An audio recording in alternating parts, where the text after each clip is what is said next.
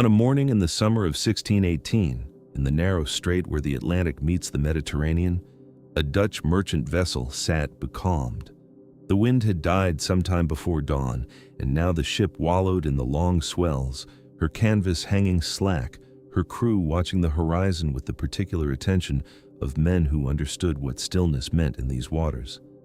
The captain was a man from Haarlem, a city of linen weavers and tulip speculators in the northern provinces of the newly independent Dutch Republic. He was 38 years old.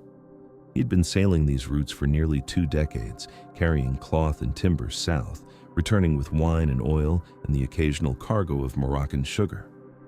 He knew the Strait of Gibraltar the way a farmer knows his fields. Every current, every headland, every shift in the quality of the light that might signal weather coming from the west. He also knew what the calm meant. In the open Atlantic, stillness was merely delay. Here, where Africa and Europe reached toward each other across 9 miles of water, stillness was vulnerability. The corsairs who operated from the ports of the Barbary coast did not depend on wind. They rowed.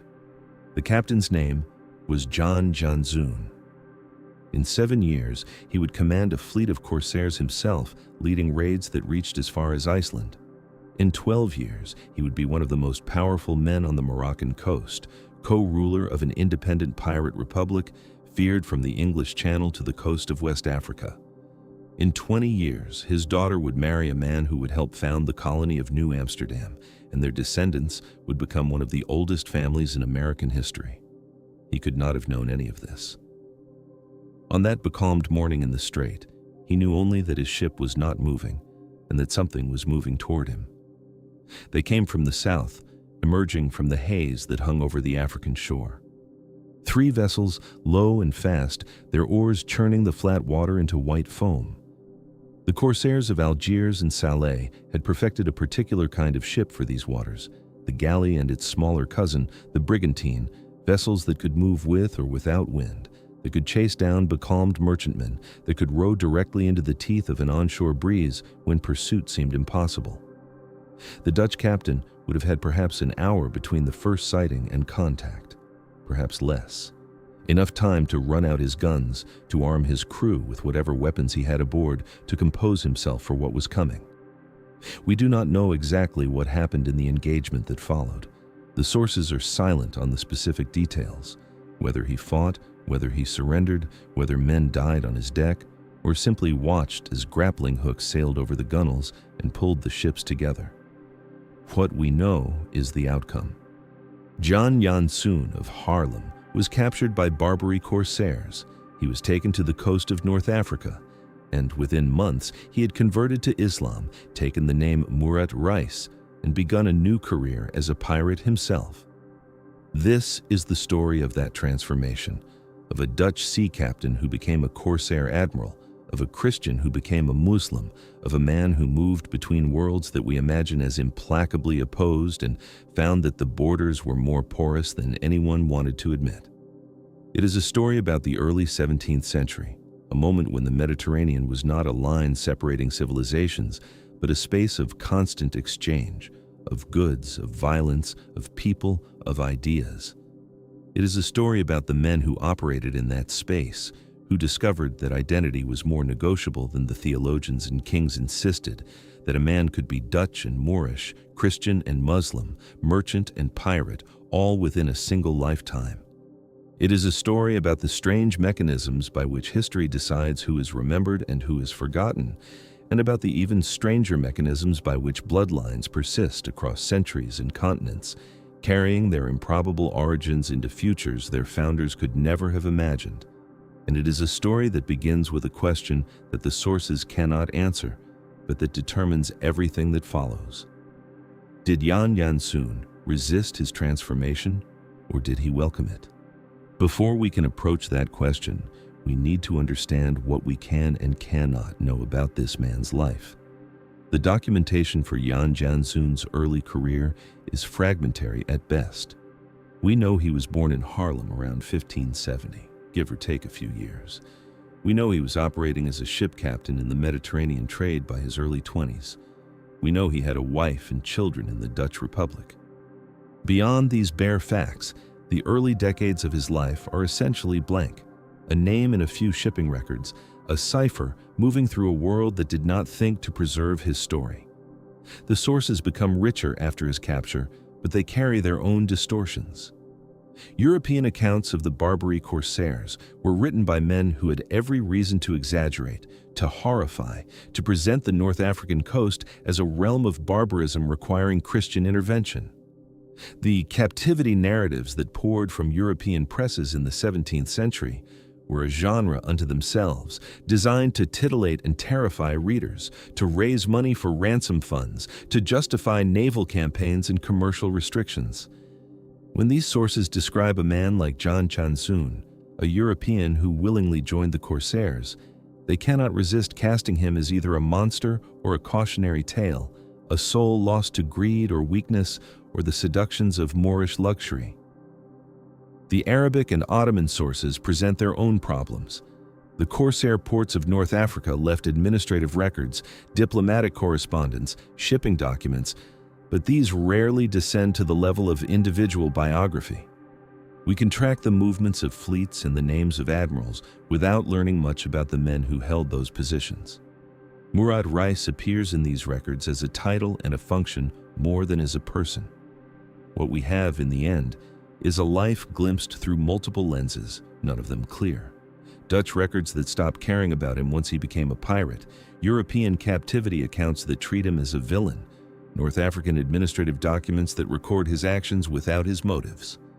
And, most valuably, the testimony of a handful of Europeans who encountered him during his corsair career, diplomats, ransomed captives, merchants who dealt with the pirate Republic of Salé, who left descriptions vivid enough to suggest the outlines of an actual human being.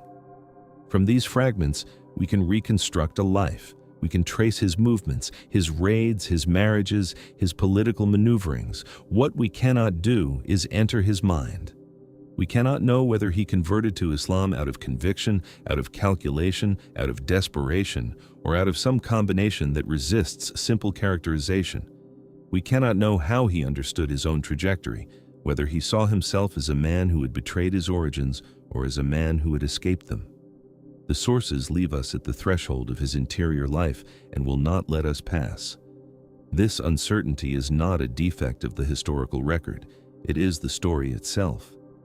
The question of what Jan Janszoon became, whether he was a renegade, a traitor, an opportunist, a convert, a survivor, a man who found a freedom unavailable in his homeland, is a question the 17th century could not answer and that we cannot answer either. We can only follow him through the evidence that remains and hold the possibilities in suspension, watching a life unfold without collapsing it into a single meaning. To understand what happened to Jan Janszoon, we need to understand the world he entered when the corsairs brought him to the North African coast. The Barbary states of the early 17th century, Algiers, Tunis, Tripoli, and the ports of Morocco, were not the primitive backwaters of European imagination.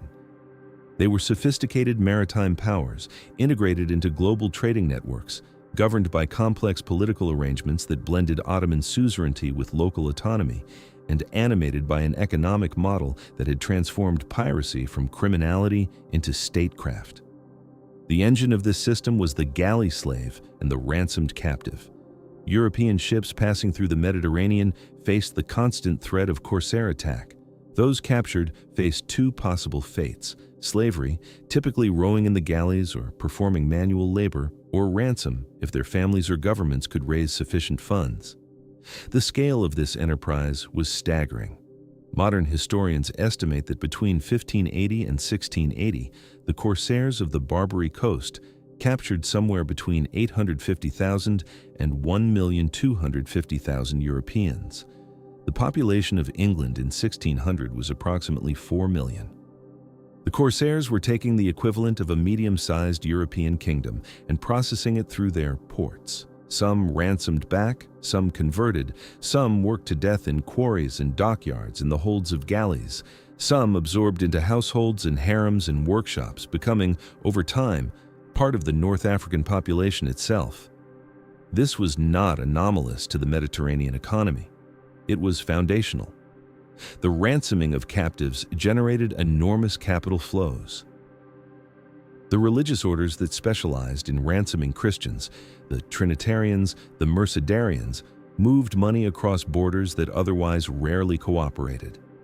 The labor of slaves built the infrastructure of the corsair ports, manned the oars that propelled the corsair fleets, and performed the agricultural and industrial work that supported the urban populations. When European governments complained about Barbary piracy, they were complaining about an economic system that had become integral to Mediterranean commerce, one that their own merchants continued to supply with the timber, the iron, the gunpowder, and the naval stores that kept the corsair fleets operational. And at the heart of this system, in positions of surprising power, were men like Jan Janszoon, Europeans who had converted to Islam and joined the corsairs. The Arabic term for these individuals was mustamin, or sometimes murtad, depending on how their conversion was characterized.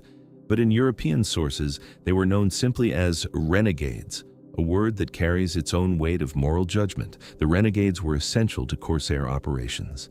They brought with them knowledge of European shipping routes, European cargo patterns, European naval tactics. They could read European charts, speak European languages, assess the value of European goods. A successful corsair fleet needed renegades, the way a modern corporation needs people who understand its competitors. The numbers are difficult to establish precisely, but the general pattern is clear. In the corsair fleet of Algiers during the early 17th century, a substantial percentage of the captains, perhaps a third, perhaps more, were renegades of European origin. The position of admiral, the highest naval rank in the corsair hierarchy, was frequently held by renegades. These were not marginal figures grudgingly tolerated by the Muslim majority. They were central players in the corsair economy, men who had converted, who had married into local families, who had built mosques and endowed charities, who had become, in every meaningful sense, members of the societies that had initially captured them. How did this happen? How did a system develop in which captured Christians routinely converted and rose to command the fleets that preyed on their former countrymen? The answer lies in the particular economics of conversion and the particular structure of opportunity in the corsair states. For a captured European, conversion to Islam brought immediate material benefits. A Muslim could not be held as a slave by other Muslims. Conversion meant freedom, not complete freedom, but freedom from the galley oar, the quarry, the workshop. A convert could work for wages, could accumulate property, could marry, could pursue a trade. For a man facing the alternative of rowing until his body gave out, the theological reservations might seem less pressing. But conversion was also a one-way door. A Christian who converted to Islam and then returned to Christianity faced death under Islamic law. A convert who returned to Europe faced suspicion and hostility, investigation by the Inquisition in Catholic countries, social ostracism almost everywhere. The convert had burned the bridge behind him. Having crossed, he had to make a life on the other side. This created a population of men with skills, with knowledge, with no option of return, and with powerful incentives to succeed in their new environment. The corsair states were, in their way, meritocracies. A man with ability could rise, a man with maritime skills, with knowledge of European waters, with a talent for violence. Such a man could rise very high indeed. The corsair economy was expanding rapidly in the early 17th century. There was room at the top for anyone ruthless enough and capable enough to claim a place there. This is the world Jan Janszoon entered when the corsairs brought him ashore. A world where conversion was not necessarily a betrayal, but might be an opportunity. A world where a Dutch sea captain's knowledge of European shipping was worth more than his Christianity. A world where the skills that had made him successful in the Mediterranean trade could make him successful in a different kind of commerce entirely. We do not know how long he hesitated. We do not know whether he was tortured, threatened, persuaded, or simply offered a deal he could not refuse. The sources tell us only that he converted, that he took the name Murat Reis, and that his career as a corsair began almost immediately. The name is significant. Murat was a common Ottoman name, carrying no particular meaning beyond its Muslim identity. But race, this was a title, not a name. Race meant captain, commander, the man who directed a ship. By taking this name, Jan Janszoon was not merely converting, he was announcing what he intended to become. Not a laborer in the dockyards, not a translator in the customs house, a captain, a commander, a man who would lead ships himself as he had led them before his capture. The corsair port that would become his base of operations was not Algiers, where he had likely been taken initially, but Salé, a city on the Atlantic coast of Morocco at the mouth of the Bou Regreg River. Salé was smaller than Algiers, less established, less firmly under Ottoman influence. It was also in the early 17th century, in the midst of a transformation that would make it one of the most notorious corsair bases in the Atlantic world. The story of Salé in this period is inseparable from one of the great catastrophes of European history, the expulsion of the Moriscos from Spain. The Moriscos were the descendants of the Muslim population of Iberia, forcibly converted to Christianity after the fall of Granada in 1492, but never fully accepted by Spanish society. They maintained their own customs, their own language, their own communities, and they were never trusted by the Spanish crown or the Spanish church. Between 1609 and 1614, Philip III of Spain ordered their expulsion. Somewhere between 300,000 and 350,000 people were driven from the country where their families had lived for generations. Many went to North Africa. And among those who went, a significant number settled in Salé. These were not poor refugees. Many of the expelled Moriscos were artisans, merchants, educated professionals. They spoke Spanish as well as Arabic. They understood European commerce. They had every reason to hate the Christian kingdoms that had expelled them. When they arrived in Salé, they transformed the city. They built new workshops, new industries, new trading networks, and they built a corsair fleet. The Moriscos of Salé called themselves Hornacheros, after Hornachos, a town in Extremadura from which many of them had come. They were distinct from the older Arab and Berber populations of Salé. They were distinct from the Ottoman-aligned corsairs of Algiers and Tunis. They were something new, a community of the dispossessed, united by grievance, determined to extract from Europe compensation for what Europe had taken from them. By 1619, the Hornacheros had effectively taken control of Salé's corsair operations. By 1624, they had declared independence from both the Moroccan Sultan and the Ottoman authorities in Algiers. The Republic of Salé was an autonomous pirate state, governed by an elected leader called the Grand Admiral, owing allegiance to no king or sultan, answerable only to its own council of corsair captains. This was the political context into which Jan Janszoon, now Murat Reis, inserted himself. A newly independent republic, a leadership class hungry for men with knowledge of European waters, a fleet that needed captains. He arrived in Salé sometime around 1619 or 1620. Within a few years, he was one of the most successful corsairs operating from the port. Within a decade, he would be Grand Admiral himself. The sources do not tell us how he rose so quickly. The general outlines are clear enough: successful raids, captured ships, accumulated wealth, political alliances, but the specific mechanisms are lost. What we can see, looking at his career from the distance of 4 centuries, is a man who understood opportunity. The corsair economy rewarded success and punished failure with simple brutality. A captain who brought ships back laden with goods and captives could buy influence, could attract followers, could marry well, could invest in future voyages. A captain who failed lost everything: his crew, his reputation, his life, if he was unlucky enough to be captured by European naval forces. Murat Reis did not fail. In the years after his conversion, he established himself as one of the most effective raiders on the Atlantic coast. He captured Dutch ships, English ships, French ships, Spanish ships. He took cargoes of wine and cloth and timber. He took captives by the hundred, and he demonstrated a particular talent that set him apart from many of his fellow corsairs. He understood the European powers well enough to navigate their rivalries. The politics of the early 17th century Atlantic were extraordinarily complex. England and the Dutch Republic were nominally Protestant allies against Catholic Spain, but they were also commercial rivals competing for the same trade routes. France pursued its own interests, sometimes aligned with the Protestant powers, sometimes with Spain, always with an eye toward its own advantage. The North African corsairs operated in the gaps between these rivalries, playing the European powers against each other, selling captured cargoes to whichever nation would buy, ransoming captives to whichever government would pay, negotiating treaties and then breaking them when it suited their interests. Murat Reis proved adept at this game. He raided English shipping when it was profitable and sought English alliances when they offered advantage. He attacked Dutch vessels when they were vulnerable and negotiated with Dutch merchants when they had goods to sell. He understood that the European powers would never unite against the corsairs as long as each power could be convinced that the corsairs were really someone else's problem.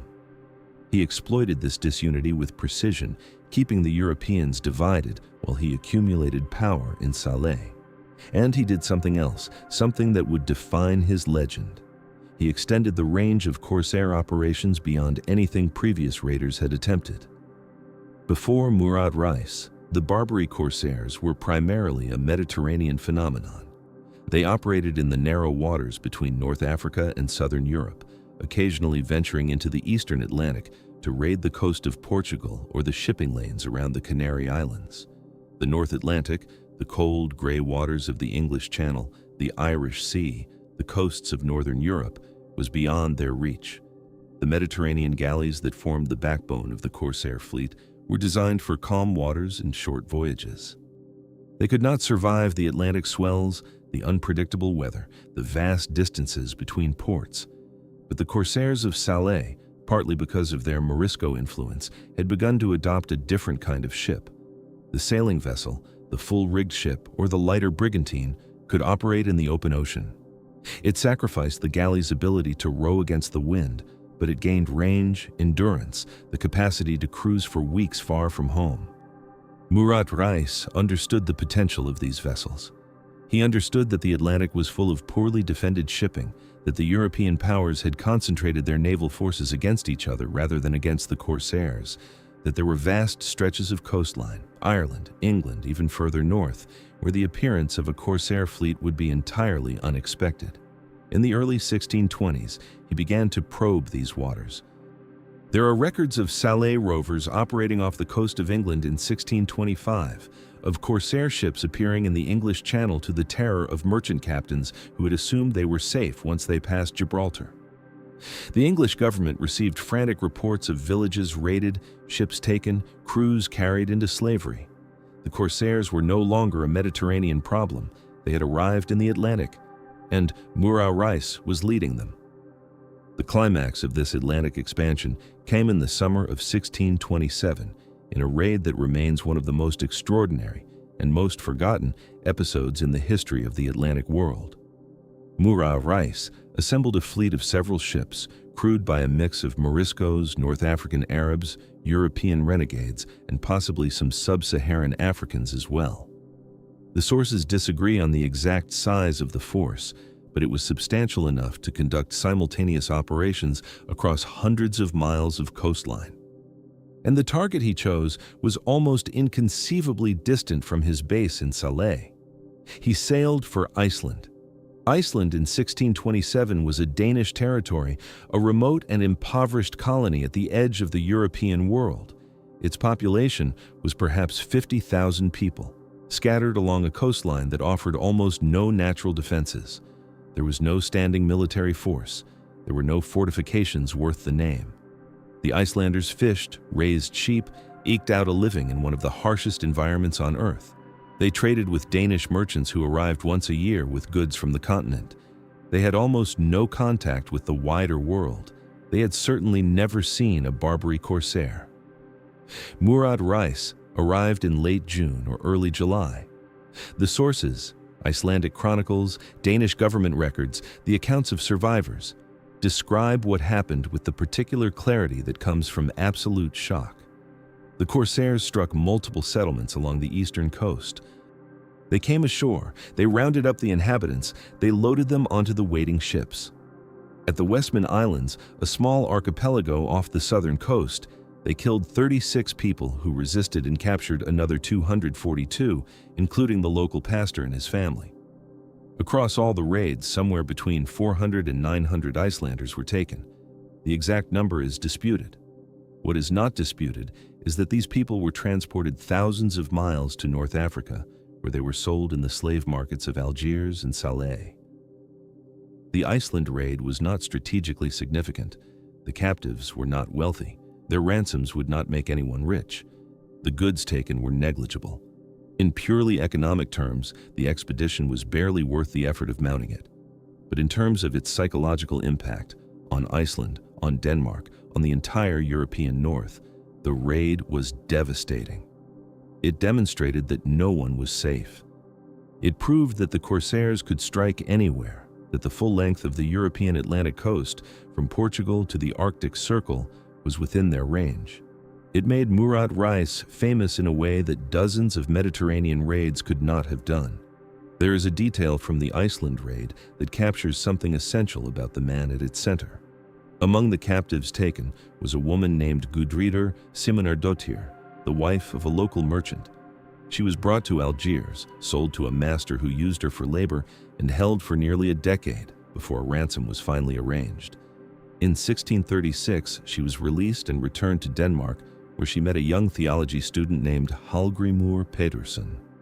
They eventually married, and Hallgrímur became one of the most important religious poets in Icelandic history. His passion hymns still sung in Icelandic churches today. The connection between Murat Reis and Hallgrímur Pétursson is the kind of historical contingency that seems almost too strange to be true.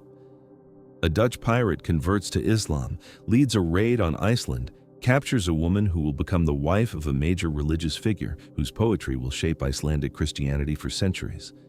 The chain of causation is absurd in its improbability. Yet, it happened. The past is full of such connections, moments when lives intersect in ways that ripple forward through time, linking events that seem to have nothing to do with each other, weaving patterns that no one could have designed or predicted. Murat Reis returned to Salé in triumph. The Iceland raid had demonstrated his capabilities. It had proven that the Republic of Salé could project power to the edge of the known world. In the years that followed, his political standing rose accordingly. By 1627 or 1628, he had been elevated to a position of shared leadership in the Republic. Some sources call him president, others Grand Admiral. Others use Arabic titles that translate imprecisely. The exact nature of his authority is unclear, but the general picture is consistent. He was one of the most powerful men in Salé, co-ruler of an independent state, commander of a corsair fleet, a former Dutch merchant who had become a Muslim admiral. And here, at the peak of his power, we begin to glimpse something of the man beneath the legend. The sources from this period describe a figure of contradictions. He was ruthless. This is beyond doubt. The Iceland raid alone demonstrates a willingness to inflict suffering on people who had done him no harm, to treat human beings as cargo, to build his wealth on the systematic destruction of lives. He participated in a system that processed hundreds of thousands of captives, that worked men to death in galleys and quarries, that tore families apart and sold children away from parents. There is no way to romanticize this. There is no way to make it acceptable. And yet the same sources describe a man who maintained connections to his former life. He sent money to his family in the Dutch Republic. He entertained European diplomats and merchants with courtesy and even warmth. When Dutch captives fell into his hands, he sometimes intervened on their behalf, arranging ransoms, facilitating releases, showing a preference for his former countrymen that his fellow corsairs found suspicious. He spoke Dutch, Spanish, Arabic, probably some English and French as well. He moved between languages as easily as he had moved between religions, a man who seemed comfortable in multiple identities simultaneously. Most strikingly, he appears to have maintained some form of relationship with his first wife, the Dutch woman he had married before his capture. The evidence here is fragmentary, but it suggests that she traveled to Morocco at some point, that they spent time together even after his conversion, that whatever their legal and religious status, the emotional bond persisted. He had other wives. Marriage in 17th century Morocco followed different rules than marriage in the Dutch Republic, but the Dutch wife retained some significance in his life. What are we to make of this? How do we understand a man who raids Iceland and captures 400 people into slavery, and who also sends money home to his family and negotiates the release of Dutch captives? The sources offer no resolution. They present both aspects of the man, the corsair and the husband, the slave taker and the diplomat, without explaining how they fit together. Perhaps they did not fit together. Perhaps Murat Reis lived with the contradiction unresolved, doing terrible things and kind things in the same life, never achieving the coherence that moral clarity would require. Or perhaps we are asking the wrong question. Perhaps the assumption that a person must be coherent, must be either hero or villain, either monster or victim, is a prejudice we bring to history rather than something history supports. The early 17th century was not a time of clean moral categories. It was a time when everyone, Dutch merchants, Spanish inquisitors, English privateers, Moroccan corsairs, participated in systems of violence that they understood differently depending on where they stood. A Dutch captain who captured a Spanish ship was a hero in Amsterdam and a pirate in Madrid.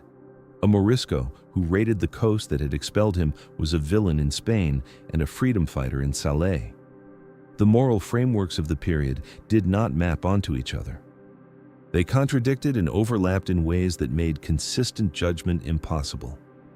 Murat Reis lived in that contradiction. He did not transcend it. He did not resolve it. He simply inhabited it, moving through a world where identity was negotiable and morality was local, building a life in the spaces between the categories that we use to organize the past. By the late 1620s, he had reached the height of his power. He commanded respect in Salé. He was known and feared throughout the Atlantic. He had wealth, wives, political influence. He had proven that a man could cross from one world to another and not merely survive, but thrive. And then, in a turn that the sources do not fully explain, his fortunes began to shift. The shift came not from outside, but from within. Salé in the late 1620s was a city that had grown too fast on too much success. The corsair economy had swelled its population with refugees, renegades, converts, fortune seekers, and the dispossessed of 3 continents. The Hornicheros and the Andalusians had built something remarkable: a functioning republic governed by elected councils, a fleet that rivaled the navies of small European states, a system that distributed prizes according to established rules. But the very success of that system created pressures it could not contain. The problem was structural. Salé's power rested on its corsairs, and the corsairs were not a homogeneous group. They were Moriscos with old grievances against Spain. They were Dutch and English renegades who had converted to Islam for opportunity rather than conviction. They were Berber sailors from the surrounding regions, men whose relationship to the Andalusian elite was complicated by language, custom, and competing claims to authority. They were Ottoman adventurers who brought skills and connections, but also expectations, shaped by the great corsair ports of Algiers and Tunis. They were freed slaves who had risen through the hierarchy of the ships. They were the sons of all these people, a generation born in Salé who knew no other home. Holding this coalition together required constant negotiation. Prize money had to be distributed in ways that satisfied competing claims. Religious authority had to accommodate both sincere converts and opportunists.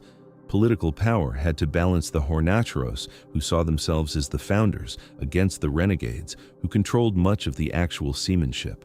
It was a system held together by success. As long as the ships kept coming home laden with plunder, as long as the ransoms kept flowing in from Europe, the contradictions could be managed. But success has a rhythm. It rises and it falls. And in the late 1620s, the rhythm began to slow. The European powers were learning. The Spanish and Portuguese strengthened their coastal defenses. The English began organizing convoy systems to protect merchant shipping. The Dutch, whose merchant fleet was the fattest target in the Atlantic, invested in armed escorts and faster ships. The easy prizes of earlier years became harder to find. The corsairs had to range farther, stay out longer, accept greater risks for smaller returns. At the same time, the internal politics of Morocco were shifting. The country had been in a state of fragmented authority since the death of Ahmad al-Mansur in 1603. Various sultans and pretenders had risen and fallen, none strong enough to control the whole territory. Salé had thrived in this vacuum. The weakness of central authority had allowed the Corsair Republic to operate with effective independence. But by the late 1620s, a new power was consolidating in the south. The Alawite dynasty, which would eventually rule Morocco for the next 4 centuries, was beginning its rise. They looked at Salé, wealthy, autonomous, militarily formidable, and saw both a threat and an opportunity. The pressure came from multiple directions at once: external enemies growing stronger, internal factions growing fractious, a central government growing interested. It was in this context that the raid on Iceland took place, not as the confident stroke of an empire at its height, but as something more desperate, an attempt to find new hunting grounds as the old ones grew bare. And it was in this context that Murat Reis's position began to erode. The sources are frustratingly vague about the specific mechanisms. We know that factional conflict increased within Salé. We know that the Moriscos and the renegades had always existed in uneasy alliance, united by their common enemy, Christian Europe, but divided by language, custom, and competing visions of what Salé should become.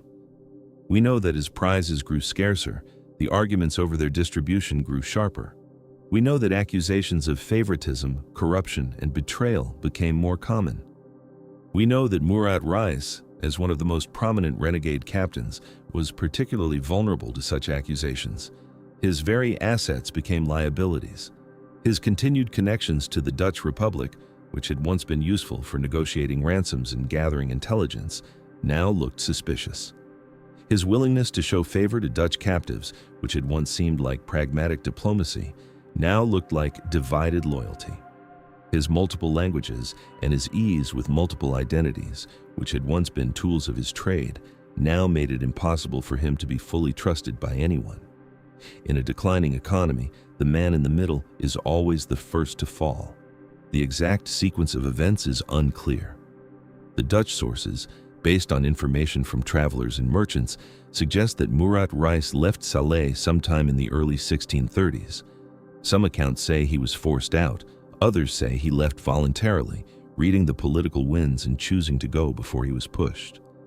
Still others suggest that he maintained some presence in Salé while establishing himself elsewhere, hedging his bets as he had always done. What is clear is that his center of operations shifted. By the mid-1630s, the primary base for his activities was no longer Salé, but Algiers, the older, larger, more established corsair city to the east. Algiers was different from Salé in almost every way. It was an Ottoman regency, formerly subject to Istanbul, governed by a pasha sent from the capital and a military caste of janissaries. It was older, richer, more hierarchical, more bureaucratic. The freelance energy that had characterized Salé, the sense of a frontier town where anything was possible, was less present in Algiers. But Algiers also offered stability, scale, and the protection of the Ottoman name. For Murat Reis, the move represented both a retreat and an opportunity. He was leaving a place where he had helped build something, where he had been a significant figure in a small pond.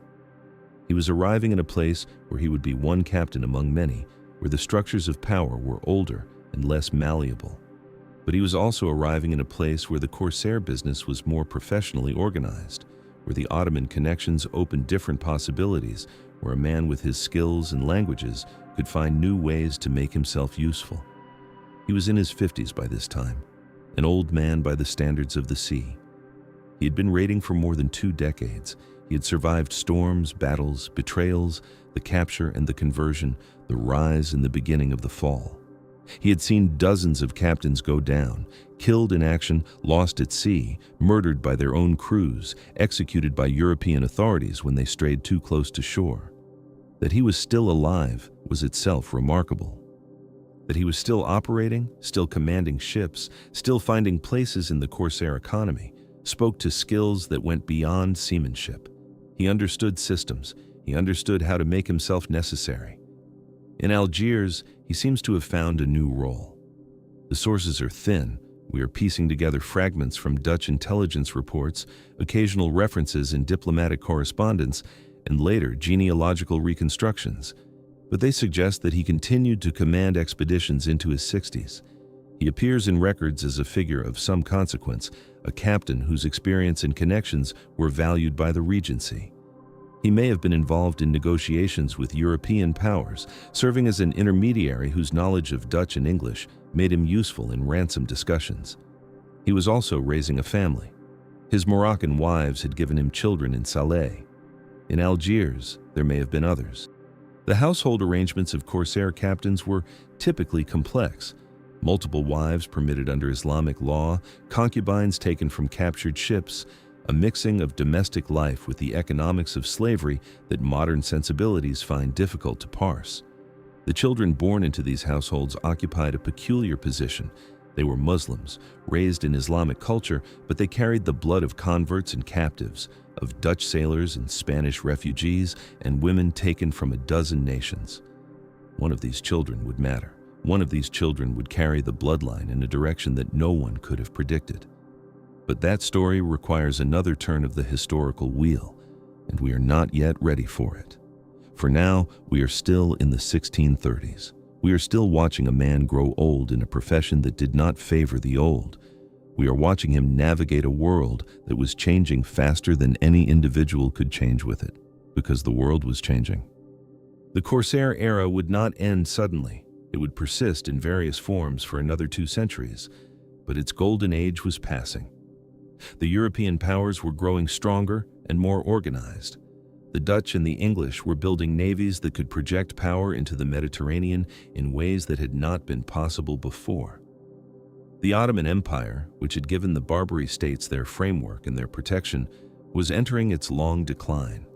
The Spanish, freed from the wars of religion that had consumed their attention for generations, were beginning to focus more seriously on the Corsair threat. The treaties would come, the bombardments would come. The gradual grinding pressure of European naval superiority would slowly close the spaces where the Corsairs had operated. It would take a long time. Algiers would not fall until 1830, but the direction was set. Murat Reis did not live to see this future, but he may have sensed it. The late sources suggest a man who was thinking about legacy, about what would survive him. He was maintaining connections in multiple directions, to the Corsair world that had made him, to the Dutch world he had left, to the children who would carry his blood into whatever came next. And then, in circumstances that the sources do not fully explain, there was a return. The story is almost too strange to credit. In the early 1640s, the exact date varies depending on which account you trust, Murat Reis appears to have returned to the Dutch Republic, not as a captive, not as a prisoner, as a visitor. An old man in his 60s, a Muslim convert, a former corsair who had spent 2 decades raiding European shipping, simply came home. The details are murky. Some accounts say he was on a diplomatic mission of some kind, negotiating on behalf of Algiers or Salé. Others say he was visiting family, the Dutch wife who had traveled to see him in Morocco, the relatives to whom he had sent money over the years. Still others suggest that he was testing the waters, seeing whether a permanent return might be possible, whether the Dutch Republic might accept a prodigal son whose wanderings had taken him rather farther than most. What we know is that he was in Haarlem, the town where he had been born, the town he had left more than 40 years earlier as an ordinary Dutch sailor. He walked the streets where he had walked as a young man. He saw the churches where he had been baptized and where his parents had been married. He breathed the air of the Low Countries, the damp and the gray and the green, so different from the harsh light of Morocco and the Mediterranean. And then he left again. He went back. To Algiers, to the Corsair world, to the life he had built in the spaces between civilizations. Whatever he had been looking for in Haarlem, reconciliation, closure, a path not taken, he did not find it. Or he found it and chose something else. Or the choice was never his to make. We do not know. The sources lose track of him after this. He disappears into the gaps that plague all attempts to recover individual lives from this period. He would have been in his 70s by the late 1640s, an impossible age for an active corsair captain, but not impossible for a man who had retired into the administrative structures of Algiers. He may have died there, surrounded by the hybrid household he had created. He may have died at sea, on one last expedition, refusing to go quietly. He may have died somewhere else entirely, in circumstances that no one thought to record. What we do know is the legacy, not the reputation, which faded quickly, replaced in European memory by other corsair figures, other bogeymen, but the blood, because Murat Reis left children, and his children had children. And those children married and moved and carried the bloodline outward in directions that reflect the strange mobility of the early modern world. Here is where the story takes its final, improbable turn. Here is where the pirate of Salé connects to something that most Americans would never expect. One of Murat Reis's children, a daughter according to the most reliable genealogical reconstructions, married a man named Anthony Janszoon van Salé. The surname tells you something. Van Salé, from Salé. Anthony was himself the son of a corsair, possibly of mixed Dutch and Moroccan ancestry, possibly born in Salé before his family's circumstances changed. The records are contradictory and incomplete. What we know for certain is that Anthony Janszoon van Salé emigrated to the Dutch colony of New Amsterdam in the 1630s. New Amsterdam, the trading post at the tip of Manhattan that would eventually become New York City.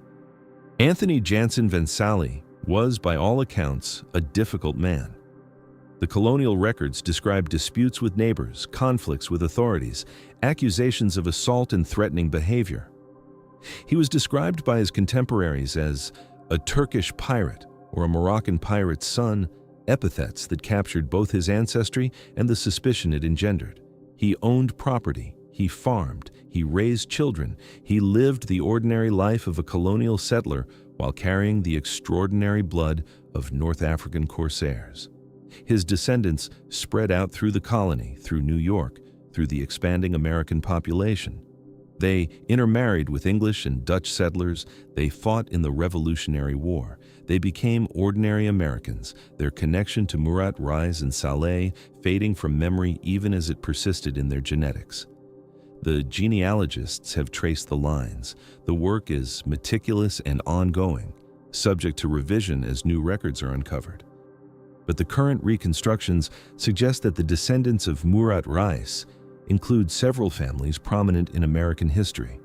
The Vanderbilts claim connection to Anthony Janszoon van Salé and thus, potentially, to the corsair captain who raided Iceland. The claim is contested. Genealogies from this period always involve uncertainties, but it has been accepted by reputable researchers. Other lines connect to the Whitneys, to families whose names appear in the social registers of Old New York, to bloodlines that have produced senators and socialites and captains of industry. The pirate of Salé, in other words, may be the ancestor of some of the most established families in American history. There is something almost too neat about this, something that feels like the ending of a novel rather than the contingent mess of actual history. The Muslim corsair, whose descendants become American aristocrats. The slave taker, whose blood runs in the veins of people who would be horrified to know it. The renegade, whose family tree eventually includes members of the very establishment that would have considered him a criminal. We should be cautious. Genealogies from this period are uncertain. The further back you go, the more the lines branch and the more opportunities there are for error. It is possible that some of these connections are overstated, that the documents have been misread, that the links are weaker than they appear. But even if we grant all the uncertainties, the basic fact remains remarkable. The world of the Barbary corsairs and the world of American high society are not as separate as we imagine. The blood crosses borders that we think of as fixed. The past invades the present in ways that defy our categories. Murat Reis did not know this. He could not have known it.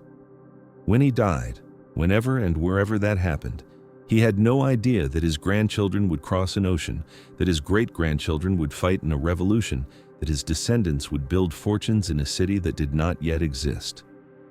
He knew only what he knew, that he had been Dutch and had become something else, that he had raided and traded and survived, that he had lived in the spaces between worlds, and made of them a kind of home. The sea takes everything in the end. It does not care about bloodlines or legacies. It does not care about the stories we tell. And yet the stories persist. The blood persists. The consequences of decisions made 4 centuries ago ripple outward into a present that the decision makers could never have imagined. Somewhere in New York, right now, there may be someone walking down a street who carries in their veins the blood of a man who knelt in a Moroccan mosque and spoke the Shahada, who commanded ships that raided Iceland, who died a Muslim thousands of miles from the Dutch town where he was born. They do not know this. They have never heard of Murat Reis. They have no idea that their family tree includes a branch that winds through Salé and Algiers, through the corsair economy and the transatlantic slave trade, through the strange crossroads of the early modern Mediterranean. But the blood knows. In whatever sense blood can be said to know anything, it remembers. The blood carries the story even when the story has been forgotten. And so we return to the sea. We have followed the blood forward, traced the improbable lines that connect a Dutch renegade to the parlors of Manhattan, but we have gotten ahead of ourselves. We have watched the consequences unfold before fully understanding the cause. We have seen where the story ended up without fully grasping how it got there. To understand Murat Reis, to understand what he became and why it mattered, we need to go back. Back to Salé. Back to the republic he helped build and the fleet he helped command. Back to the years when he was not an ancestor or a footnote, but a living force. A man whose decisions shaped the lives of thousands, a captain whose flag was recognized and feared across an ocean. The Salé of the 1620s was not a simple place. It was not a mere pirate haven, though piracy was its lifeblood. It was something stranger and more interesting. An experiment in political organization, a republic of outcasts, a city where men from a dozen nations and 3 religions had created something that looked, from certain angles, almost like a democracy. The city itself sits at the mouth of the Bou Regreg River, across from Rabat on the Atlantic coast of Morocco. The geography matters. Unlike the Mediterranean ports that had traditionally served the corsair economy, Algiers, Tunis, Tripoli, Salé faced the open Atlantic. This was crucial. Mediterranean corsairs had spent centuries raiding the coasts of Spain and Italy, capturing Christian ships in waters that had been contested since the days of the Crusades. But the Atlantic was different. The Atlantic was the highway to the New World, the route by which Spanish treasure flowed back to Europe, the ocean that connected the emerging empires of the age. A fleet based at Salé could prey not just on Mediterranean traffic, but on the far richer commerce of the Atlantic trade. The men who recognized this opportunity were not, for the most part, born Muslims. They were renegades, Europeans who had converted to Islam and brought with them the nautical skills that the Atlantic demanded. The traditional corsair vessels of the Mediterranean were galleys, long, low ships powered by banks of oars and lateen sails designed for the relatively calm waters of an enclosed sea. These ships were effective in the Mediterranean, but nearly useless in the Atlantic, where the swells could swamp a galley and the distances required vessels that could stay at sea for weeks without resupply. What the Atlantic demanded was not galleys but sailing ships, round-hulled vessels with multiple masts and square sails, capable of weathering storms and crossing thousands of miles of open water. The Europeans knew how to build such ships. They knew how to sail them. And when they arrived in North Africa as captives or converts, they brought this knowledge with them. The transformation of the Barbary corsairs from Mediterranean raiders to Atlantic pirates was, in large part, the work of renegades, men like Murat Reis. He arrived in Salé sometime in the second decade of the 17th century. The exact date is uncertain. The circumstances are murky.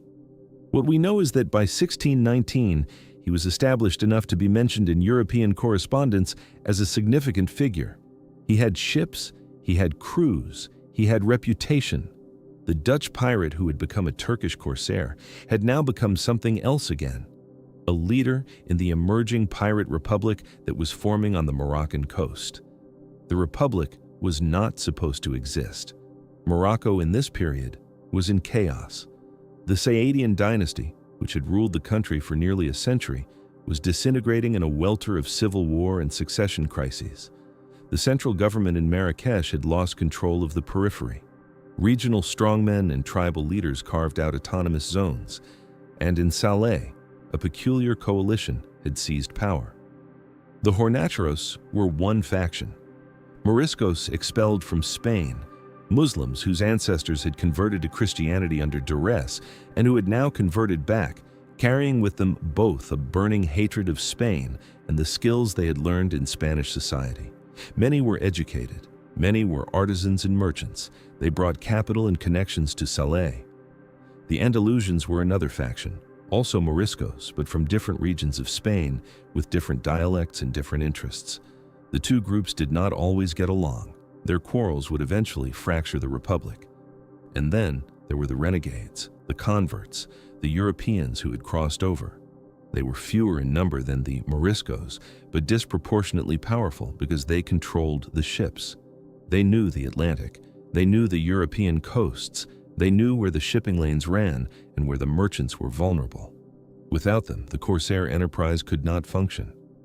With them, it became one of the most feared forces on the Atlantic. Murat Reis was, by the early 1620s, among the most prominent of these renegade captains. The sources give us glimpses, but not a full portrait. We know he commanded multiple ships. We know he was involved in major raids. We know his name appears in European diplomatic correspondence with increasing frequency, always as a threat, always as a problem to be solved. The Dutch, particularly, were concerned. Here was one of their own, preying on their shipping, capturing their people. The fact that he had been Dutch made it worse somehow.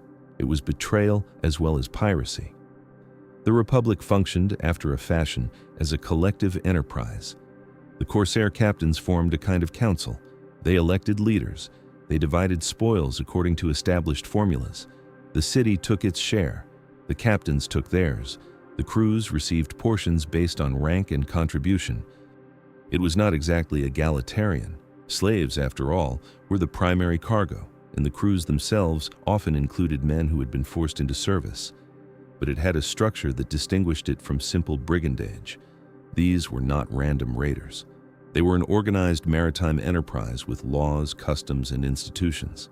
The corsairs of Salé called themselves the Republic of Salé, or sometimes the Republic of Bou-Regreg. The terminology itself is interesting. They did not claim to be subjects of any sultan. They did not acknowledge the authority of Marrakesh or Fez. They were, in their own understanding, sovereign. The captains governed. The captains decided on war and peace, on alliances and enmities. They negotiated treaties with European powers or ignored European powers as suited their interests. This was the world Murat Reis had entered. This was the world he helped shape. The raids of the early 1620s established Salé's reputation. The corsairs took ships throughout the Atlantic. They ranged as far as the English Channel. They appeared off the coasts of Ireland and the Netherlands. They captured fishing boats and merchantmen. They seized cargoes of wool and wine, of grain and timber. And always, always, they took captives. The captive trade was the economic engine of the entire enterprise. Everything else was secondary. The goods taken from ships could be sold, certainly, but the real money was in human beings. European captives could be ransomed for substantial sums. Wealthy families would pay fortunes to recover sons and daughters, husbands and wives. Religious orders specialized in ransoming captives. The Trinitarians and the Mercedarians had made this their mission for centuries. National governments sometimes negotiated mass redemptions, paying to bring home dozens or hundreds of their subjects at once. Those who could not be ransomed were sold as slaves. They labored in households and quarries. They rowed in galleys. They converted and assimilated, or they died in bondage. The numbers are difficult to establish precisely, but modern scholars estimate that between 1 and 1.25 million Europeans were taken as slaves by the Barbary corsairs between 1500 and 1800. The scale is staggering. This was not a marginal phenomenon. This was a major demographic event, a sustained extraction of human beings from one continent to another that rivaled, in certain periods, the Atlantic slave trade in the opposite direction. Murat Reis was a central figure in this economy. His ships took captives by the hundreds. His name became associated with the fear that haunted coastal communities from Cornwall to Connacht. When villagers in Ireland or Iceland or the south of England heard that corsairs had been sighted, when they fled to their churches or hid in the hills, when they prayed for deliverance from the Turks, though most of the captains were not Turks at all, they were praying, among other things, for deliverance from men like Murat Reis. The question of complicity presents itself. It always does when we speak of people who did terrible things. We want to know, did he understand what he was doing? Did he see the suffering he caused? Did he justify it to himself? And if so, how? The sources do not give us access to his inner life. We do not know what Murat Reis thought when he saw captives chained below decks. We do not know if he felt guilt or triumph, indifference or satisfaction. We know only what he did. And what he did was participate, at the highest levels, in a system that converted human beings into commodities. But we should be careful with our judgment. Or rather, we should be precise about what we are judging. The easy move is to call him a monster, to place him outside the moral community, to treat his actions as aberrant. But Murat Reis was not aberrant. He was participating in an economy that had European equivalents, African equivalents, Asian equivalents. The Portuguese were running slaves across the Atlantic in numbers that dwarfed the Barbary trade. The Spanish were working indigenous Americans to death in mines and plantations. The English were developing the systems of racialized slavery that would define American history for centuries. The Dutch, his own people, the people he had left behind, were building the VOC and the WIC, trading companies that would become synonymous with colonial exploitation. This does not excuse him. Nothing excuses him, but it situates him. It reminds us that the evil of slave trading was not a personal failing, but a structural feature of the age. Murat Reis did what thousands of men did. He was better at it than most, and the fact that his victims were European while most slave trade victims were African does not make him worse. It merely makes him visible to a European historiography that often treats the enslavement of Africans as background noise while treating the enslavement of Europeans as an atrocity. The moral asymmetry is revealing. We are appalled by Murat Reis, in part because his victims look like us, whoever we are. We can imagine ourselves in their position. We can picture the terror of the raid, the horror of the slave market, the despair of bondage in a foreign land.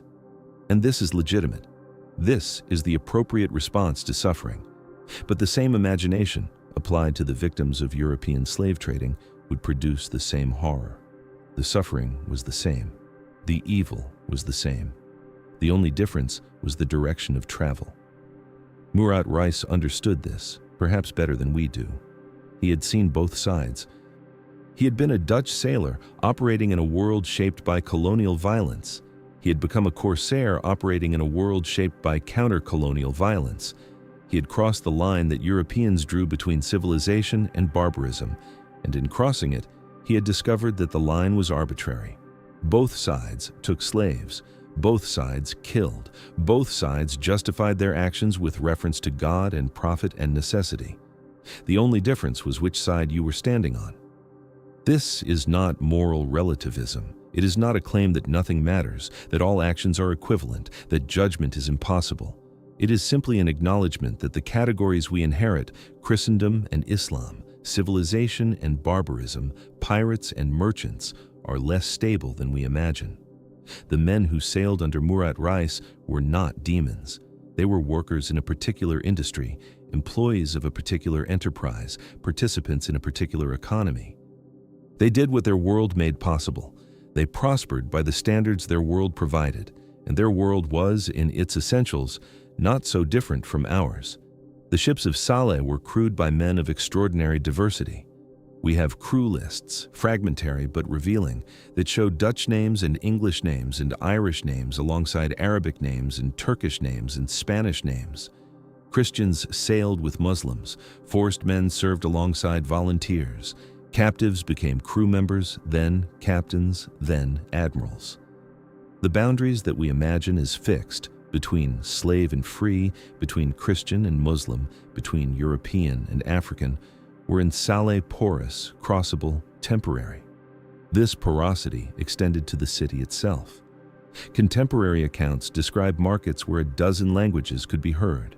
Jewish merchants traded alongside Muslim traders. European consuls maintained precarious diplomatic missions, trying to ransom captives, trying to negotiate treaties, trying to make sense of a political landscape that defied European categories. Renegades who had been born Catholic, raised Protestant, converted to Islam, and converted back again, sometimes multiple times, moved through the streets. The city was a crossroads, a meeting point, a place where the fragments of the early modern world collided and combined. The wealth of the corsairs was visible in the architecture. They built houses and mosques.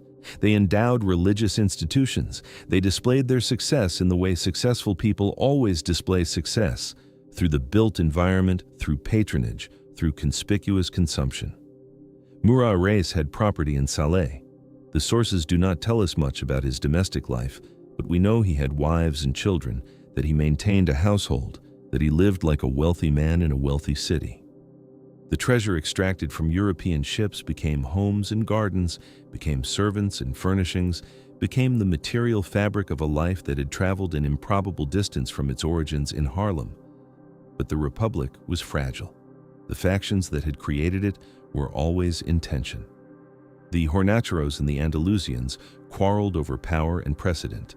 The renegade captains pursued their own interests, sometimes in conflict with the interests of the city as a whole.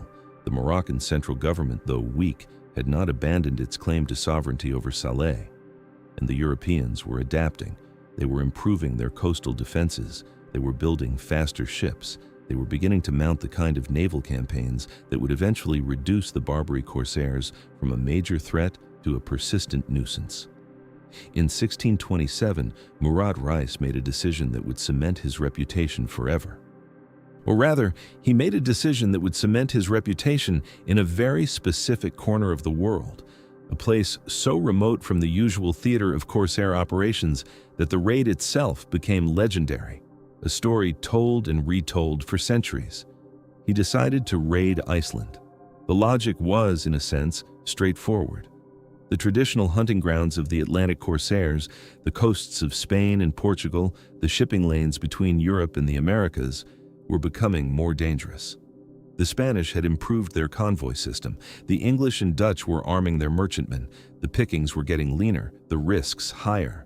A captain looking for easier prey might reasonably look elsewhere, and Iceland was elsewhere, extremely elsewhere. Over 2,000 miles from Salé, across some of the roughest water in the world, to an island that had barely any military defenses, whose population was scattered in isolated communities along the coast, whose people had no experience of corsair raids and no preparation for them. The Icelanders did not even have a word for what was about to happen to them. They had lived for centuries in one of the most isolated societies in Europe, a small population eking out a hard living from fishing and farming on a volcanic island at the edge of the habitable world. They knew about pirates in the way that everyone in the 17th century knew about pirates, as a phenomenon, a category, a threat that existed somewhere else. They did not imagine that the threat would come to them. And then, in the summer of 1627, it did. The fleet that Murat Reis led to Iceland was substantial, perhaps 3 ships, perhaps more, the sources disagree, carrying several hundred armed men. They had sailed north through the Atlantic, navigating waters that few Barbary corsairs had ever seen, passing the coasts of Ireland and Scotland, pushing into the cold northern seas. The voyage itself was remarkable. These were men from the Mediterranean, from North Africa, from the warm latitudes. They were sailing into waters that iced over in winter, to an island they had never seen, in pursuit of captives they had no way of knowing would be there. The first attacks came in July. The corsairs struck at multiple points along the Icelandic coast. They were not subtle. They did not need to be. The Icelanders had no navy. They had almost no weapons. They had no walls, no fortifications, no organized system of coastal defense. They were, in military terms, completely helpless. What followed was slaughter and abduction. The corsairs moved through the coastal settlements with impunity. They killed those who resisted. They seized those who did not. They burned buildings and took whatever was worth taking, and then they loaded their captives onto their ships and sailed away. The sources disagree on numbers. Some accounts say 300 captives, some say 400, some say more. The exact figure will never be known. What is known is that in a country with a total population of perhaps 50,000, the loss of several hundred people in a single summer was a catastrophe. Entire communities were emptied, families were torn apart. The population of some districts would not recover for generations. The captives were taken back to Salé. They were sold in the slave markets of North Africa. Some were ransomed. The Danish crown, which then ruled Iceland, eventually negotiated the release of a few dozen survivors. But most were not. Most disappeared into the economies of Algeria and Morocco, into households and farms, into the vast apparatus of unfreedom that characterized the early modern world. Some converted. Some died. Some lived out their lives as slaves, far from the cold island where they had been born. The Icelanders called it terrorized, the Turkish raid. The name was inaccurate. Murat Reis was Dutch. His crews were multinational. The Moroccan corsairs had no connection to the Ottoman Empire except a shared religion, but the name stuck. It became part of Icelandic memory, a trauma that was transmitted across generations, a story that was told and retold until it became legend. One survivor left a written account. Olafur Egilsson was a Lutheran pastor who was taken in the raid along with his wife and children. He was eventually ransomed and returned to Iceland, where he wrote a memoir of his captivity. The account is extraordinary, detailed, observant, struggling to make sense of a world completely alien to his experience. He describes the voyage south, the markets of North Africa, the household where he served, the negotiations that eventually secured his release. He writes with the bewilderment of a man who has been dropped into an incomprehensible universe and is trying to find his footing. His wife and children were not ransomed. They remained in North Africa. Some eventually converted. Some died. The family was scattered across a continent, the children of an Icelandic pastor growing up as Muslims in Morocco, their descendants becoming part of North African society, their line merging with thousands of other lines until any trace of their Icelandic origin was lost. The symmetry with the story of Murat Reis is almost too perfect. The Dutch pirate whose descendants became American aristocrats, the Icelandic captives whose descendants became North African Muslims, the blood flowing in all directions, crossing all the boundaries, making a mockery of the categories that history tries to impose on it. Murat Reis, as far as we know, did not personally participate in all of the Icelandic raids. He commanded the expedition. He led the fleet. But the actual attacks were carried out by multiple captains, multiple crews, operating somewhat independently along the coast. The sources are unclear about exactly what Murat Reis himself did during those July days. What we know is that the raid was his. He organized it, he led it. The success and the atrocity were both his responsibility. He sailed back to Salé with a hold full of captives. He sold them or distributed them according to the customs of the Republic. He added to his wealth and his reputation. And he continued raiding, continued capturing, continued participating in the economy that had made him what he was. The Icelandic raid was not an aberration. It was simply the most dramatic expression of a career that had been dedicated for decades to the same essential activity, the taking of human beings from one world and their transportation to another. The distance traveled was greater than usual. The victims were more exotic than usual. The story was more memorable than usual, but the structure was the same, and the structure continued. After Iceland, Murat Reis went on raiding. The sources become fragmentary in the late 1620s and 1630s. We catch glimpses of him, but the narrative becomes harder to construct. We know he remained active. We know he remained powerful. We know that European governments continued to mention him as a threat, continued to try to find ways to neutralize him, continued to fail. His death, like so much of his life, is uncertain. Some sources say he died in the 1640s, some say later. Some say he returned to Europe at the end of his life, that he made some kind of peace with his origins, that he died as he was born, a Dutchman. This is probably wishful thinking, the kind of narrative closure that history rarely provides. More likely he died in Morocco, an old man by the standards of the age, having outlived most of his contemporaries, having seen the republic he helped build begin to decline. The Republic of Salé did not survive him by much. The factions that had always threatened to tear it apart finally did so in the decades after his death. The Moroccan central government reasserted control. The European navies grew stronger. The golden age of the Barbary corsairs faded into the long decline that would end eventually with the French conquest of Algiers in 1830. But the blood persisted. The consequences persisted. The captives taken to North Africa became part of North African society, their descendants becoming Moroccans and Algerians and Tunisians, their European origins forgotten. The children born to renegades like Murat Reis crossed the Atlantic and became Americans, their African origins forgotten. The lines crossed and recrossed, merged and diverged, until the categories that had seemed so solid, Christian and Muslim, European and African, slave and free, dissolved into the shared muddle of human descent. The sea does not remember. It takes everything and gives nothing back. It does not care about the blood it has carried, the captives it has transported, the ships it has swallowed. It moves according to currents that were old before humans existed and will continue long after humans are gone. But we remember, or we try to. We reconstruct the fragments, assemble the documents, trace the lines. We tell the stories that the sea has tried to erase. And in the telling, we discover something unsettling. That the past is not past. That the blood still moves, that the consequences of decisions made 4 centuries ago are still unfolding, still shaping the world we live in, still determining in ways we cannot see who we are and who we might become.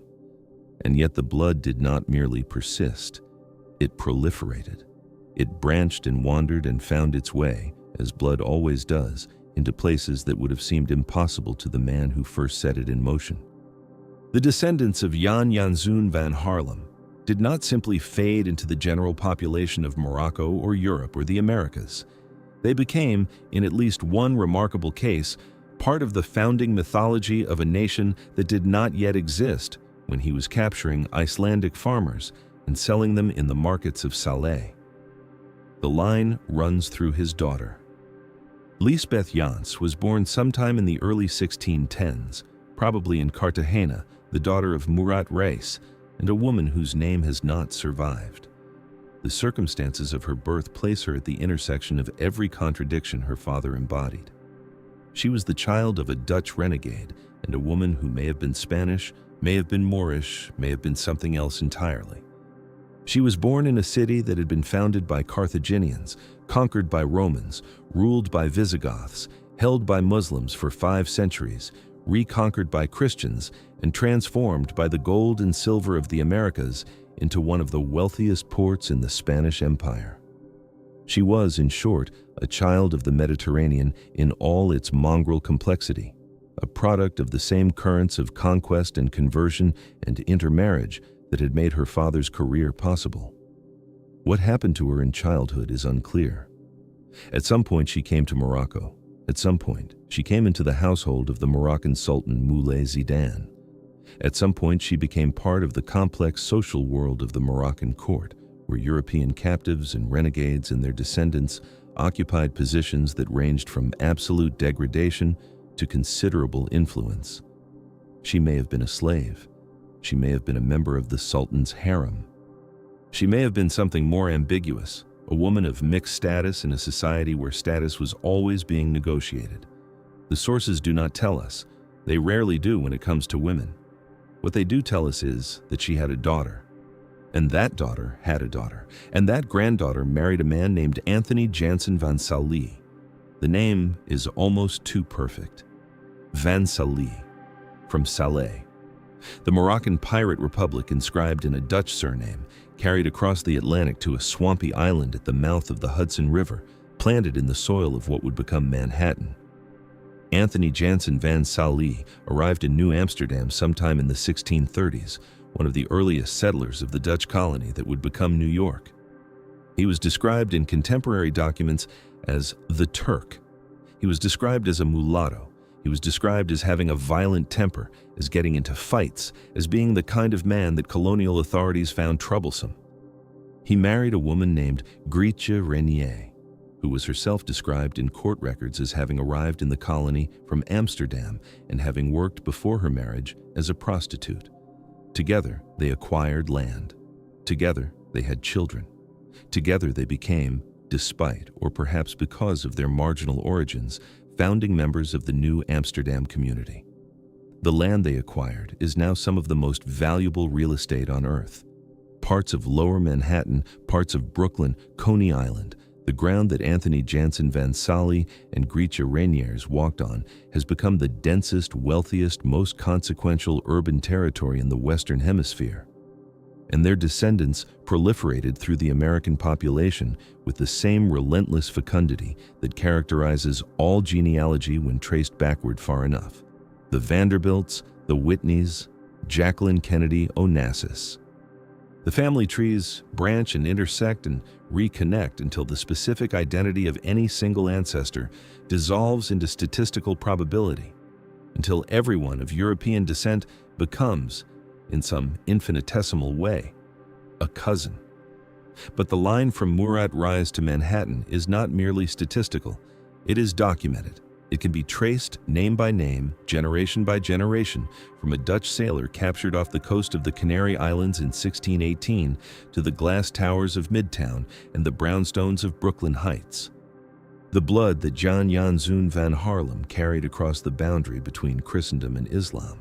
The blood that he mingled with North African blood in the person of his daughter, the blood that his granddaughter carried to the New World, that blood still flows in the veins of people who have never heard his name, who walk the streets of a city built on land his descendants helped to settle, who carry in their cells the genetic memory of a man who once commanded corsair fleets and raided the coast of Iceland and helped to govern a pirate republic on the Atlantic edge of Africa. The irony is almost too heavy to bear. The most notorious slaver of the early 17th century Mediterranean, the man who made his fortune transporting human beings across the boundary between freedom and bondage, became, through his descendants, part of the fabric of a nation that would eventually fight a civil war over the question of slavery.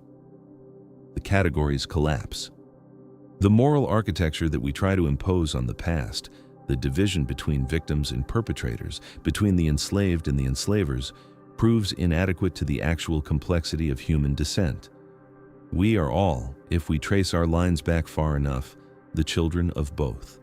We carry in our blood the memory of people who were taken and people who did the taking, people who suffered and people who inflicted suffering, people whose names have been preserved and people whose names have been erased.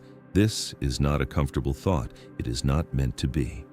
The Republic of Salé, meanwhile, continued its strange existence for several decades after the Iceland raid. It remained, throughout the 1630s and 1640s, a thorn in the side of European commerce, a haven for renegades and corsairs, a place where the normal rules of religious and national identity did not apply. But the forces that would eventually destroy it were already gathering. The European navies were growing stronger. The technology of naval warfare was shifting in ways that favored state power over individual entrepreneurship. The great sailing ships of the mid-17th century required resources that only nation-states could command: iron foundries and rope works and timber supplies and training academies and standing crews.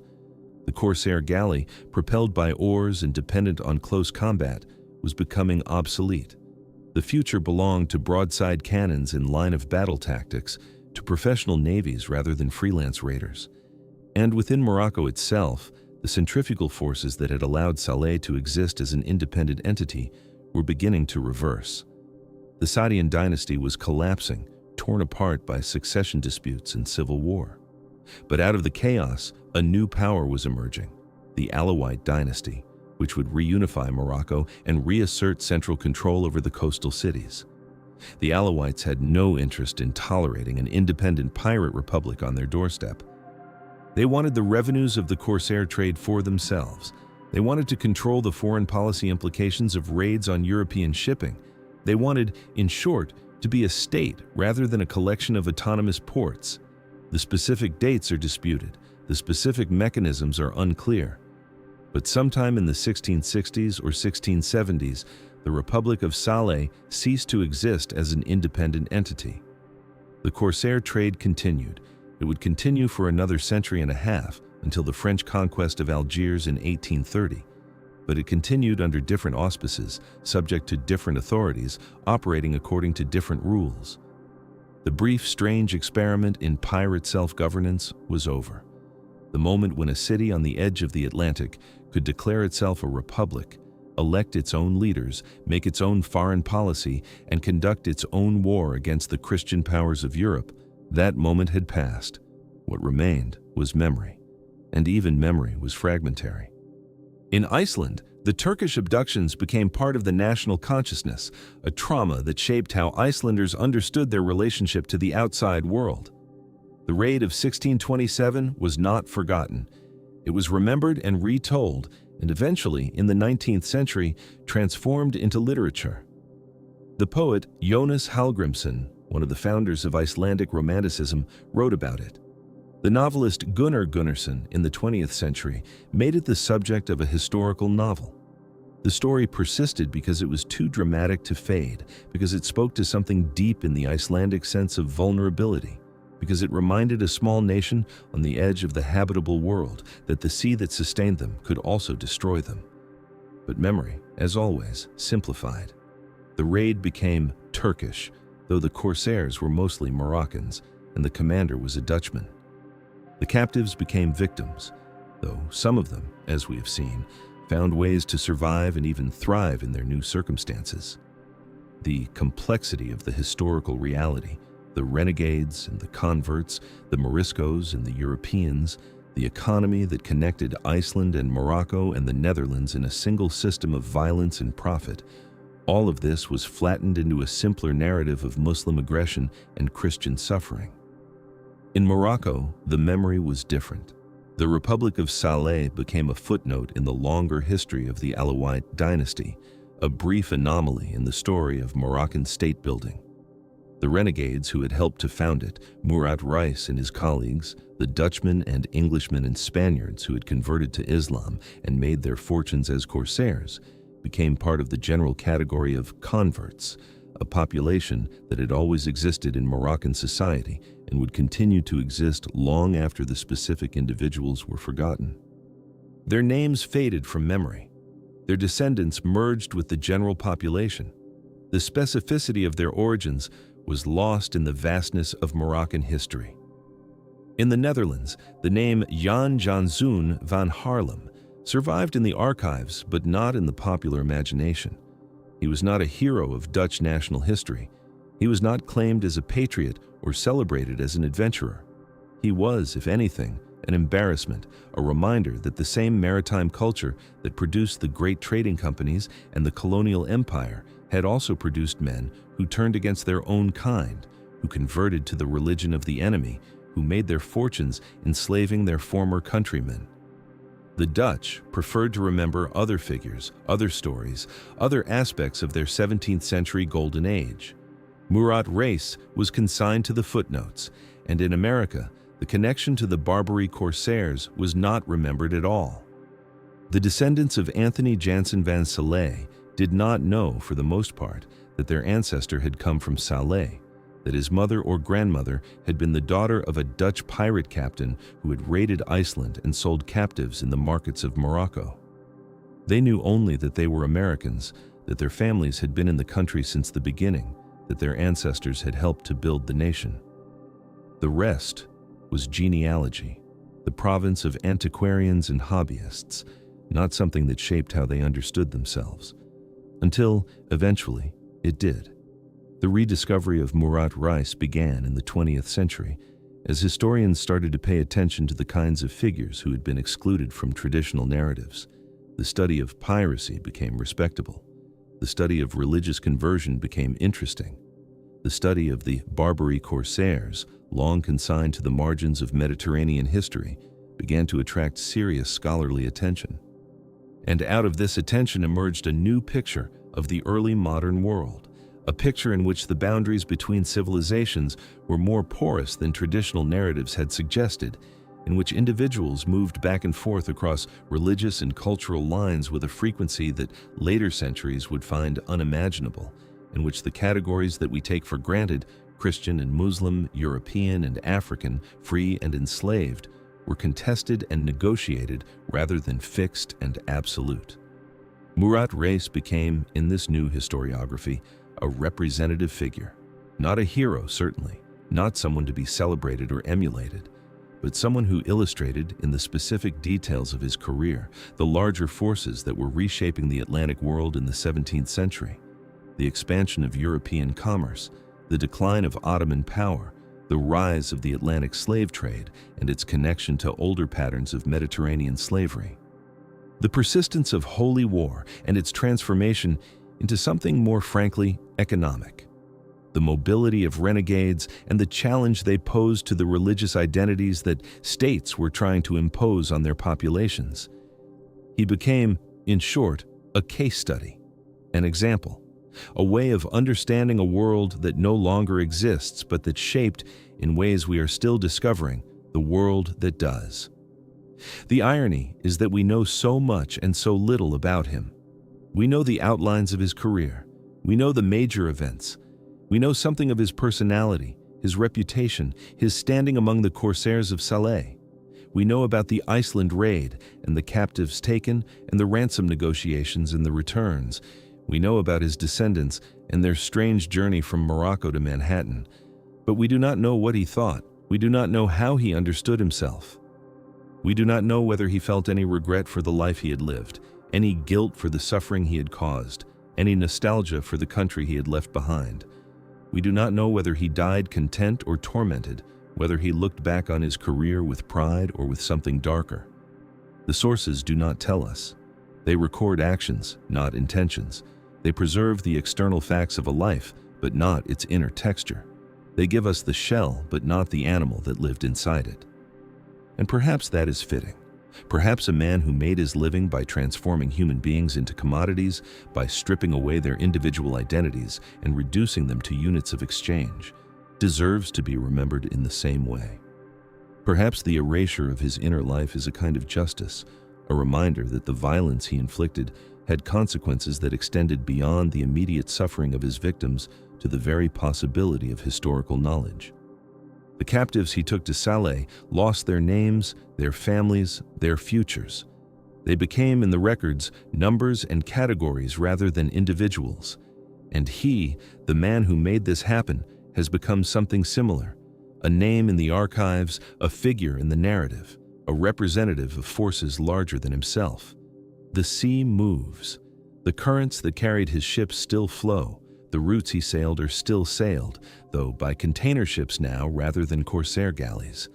The ports he knew, Haarlem and Salé, Algiers and Cartagena, the coast of Iceland and the harbors of Morocco still exist, transformed beyond recognition, but still present, still connected by the same water that connected them 4 centuries ago. And the blood still moves, through veins in New York and Los Angeles and London and Casablanca.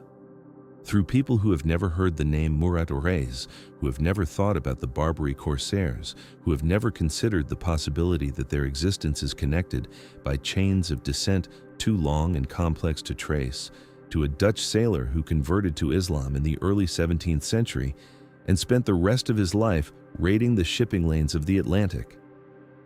We are all, in the end, the products of violence. We are all the descendants of people who took and people who were taken, people who conquered and people who were conquered, people who survived by doing things that we, from our comfortable distance, might find unforgivable. The fantasy of innocent ancestry is just that, a fantasy. The lines that connect us to the past are stained with blood that cannot be washed away, only acknowledged. This is what it means to inherit history. This is what it means to live in a world that was made by men like Murat Reis. The sun sets over Salé. It's over.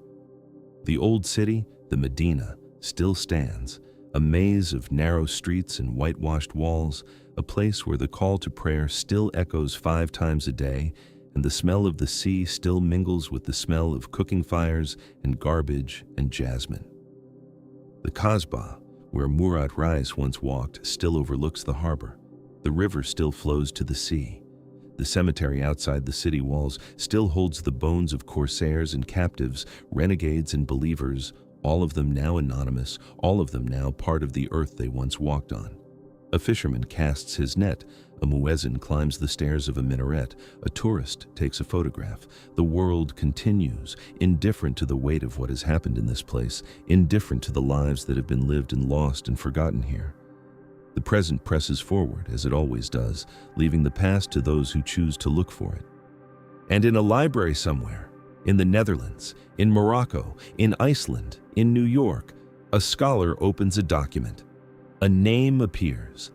A life begins once again to be reconstructed from the fragments that survive.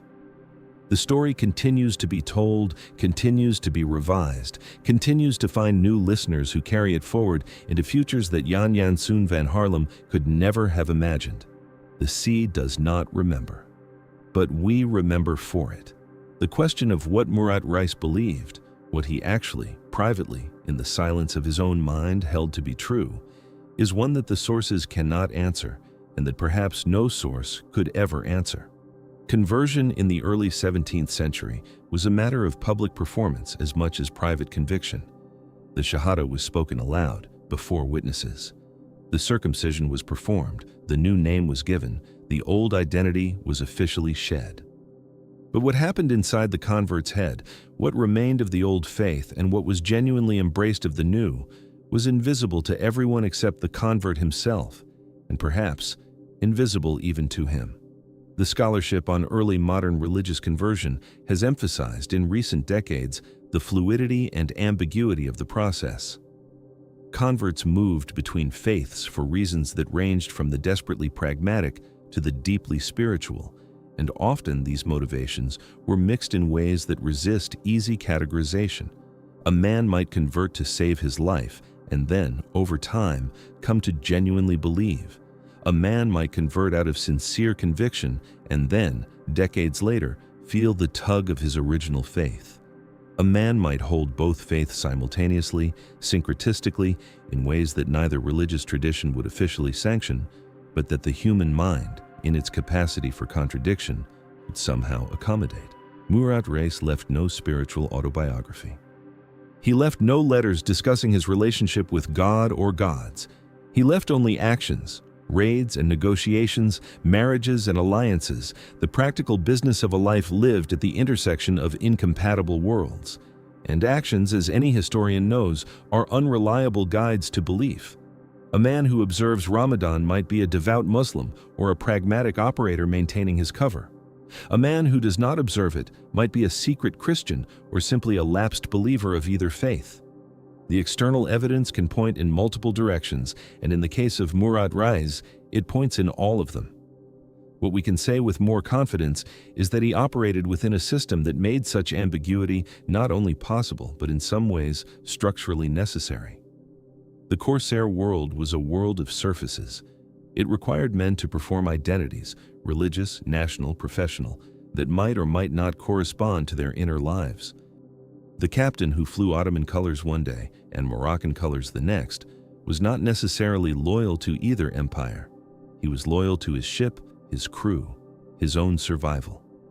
The renegade who prayed 5 times a day in Salé and crossed himself when he thought no one was watching was not necessarily a hypocrite. He was a person navigating between worlds that each demanded total allegiance and received from him something more complicated. This was, in a sense, the condition of modernity arriving early.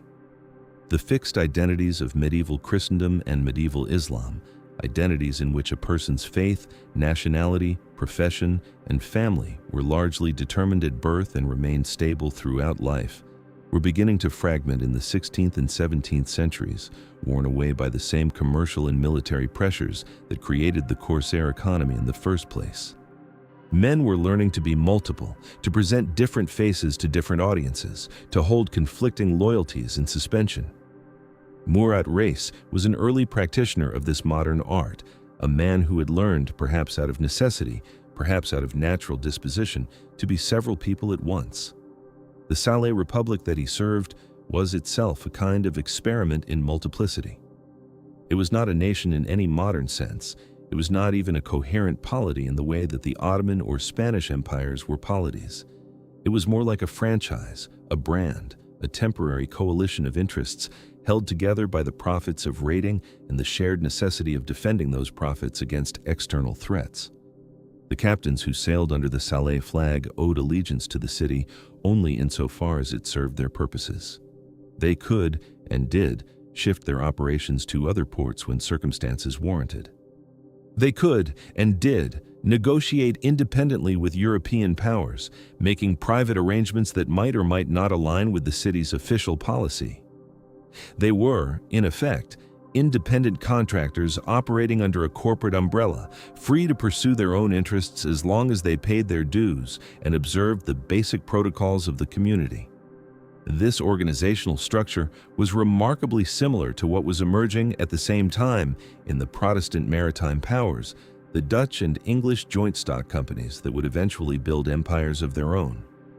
The Dutch East India Company, chartered in 1602, and the English East India Company, chartered 2 years earlier, operated on principles that a Salé captain would have recognized immediately: shared risk, distributed authority, profit as the organizing principle of collective action. The difference was that these companies had the backing of national governments and the legitimacy that came with it, while the Salé rovers had only their own resources and their own reputation for violence. But the structural logic was the same. Capital seeking return, men seeking opportunity, organizations seeking to minimize risk while maximizing reward. Murat Reis thrived in this environment precisely because he understood its logic. He was not, by any account that survives, a romantic figure, not a man driven by passion or principle, but a man driven by calculation. He assessed situations, weighed options, made decisions based on probable outcomes. This is what made him valuable to the Salé merchants who backed his expeditions, what made him dangerous to the European powers whose shipping he preyed upon, what made him successful in a profession where success was measured in captured cargo and returned investment. The Iceland raid of 1627 was, from this perspective, a business decision. The traditional hunting grounds of the Barbary corsairs, the Western Mediterranean, the Atlantic approaches to Spain and Portugal, the sea lanes around the Canary Islands and the Azores, were becoming increasingly dangerous. European navies were improving, convoy systems were being implemented, armed merchantmen were becoming more common. The easy pickings of earlier decades were harder to find, and the risks of finding them were higher. Iceland represented a solution to this problem. It was remote, so remote that it had no navy of its own, no fortifications worth the name, no military presence beyond a handful of men with outdated weapons. Its population, scattered along the coasts in small farming and fishing communities, was essentially defenseless. And that population had value. Not the kind of value that a hold full of spices or silk had, not concentrated, easily transported wealth, but value nonetheless. Human beings could be sold.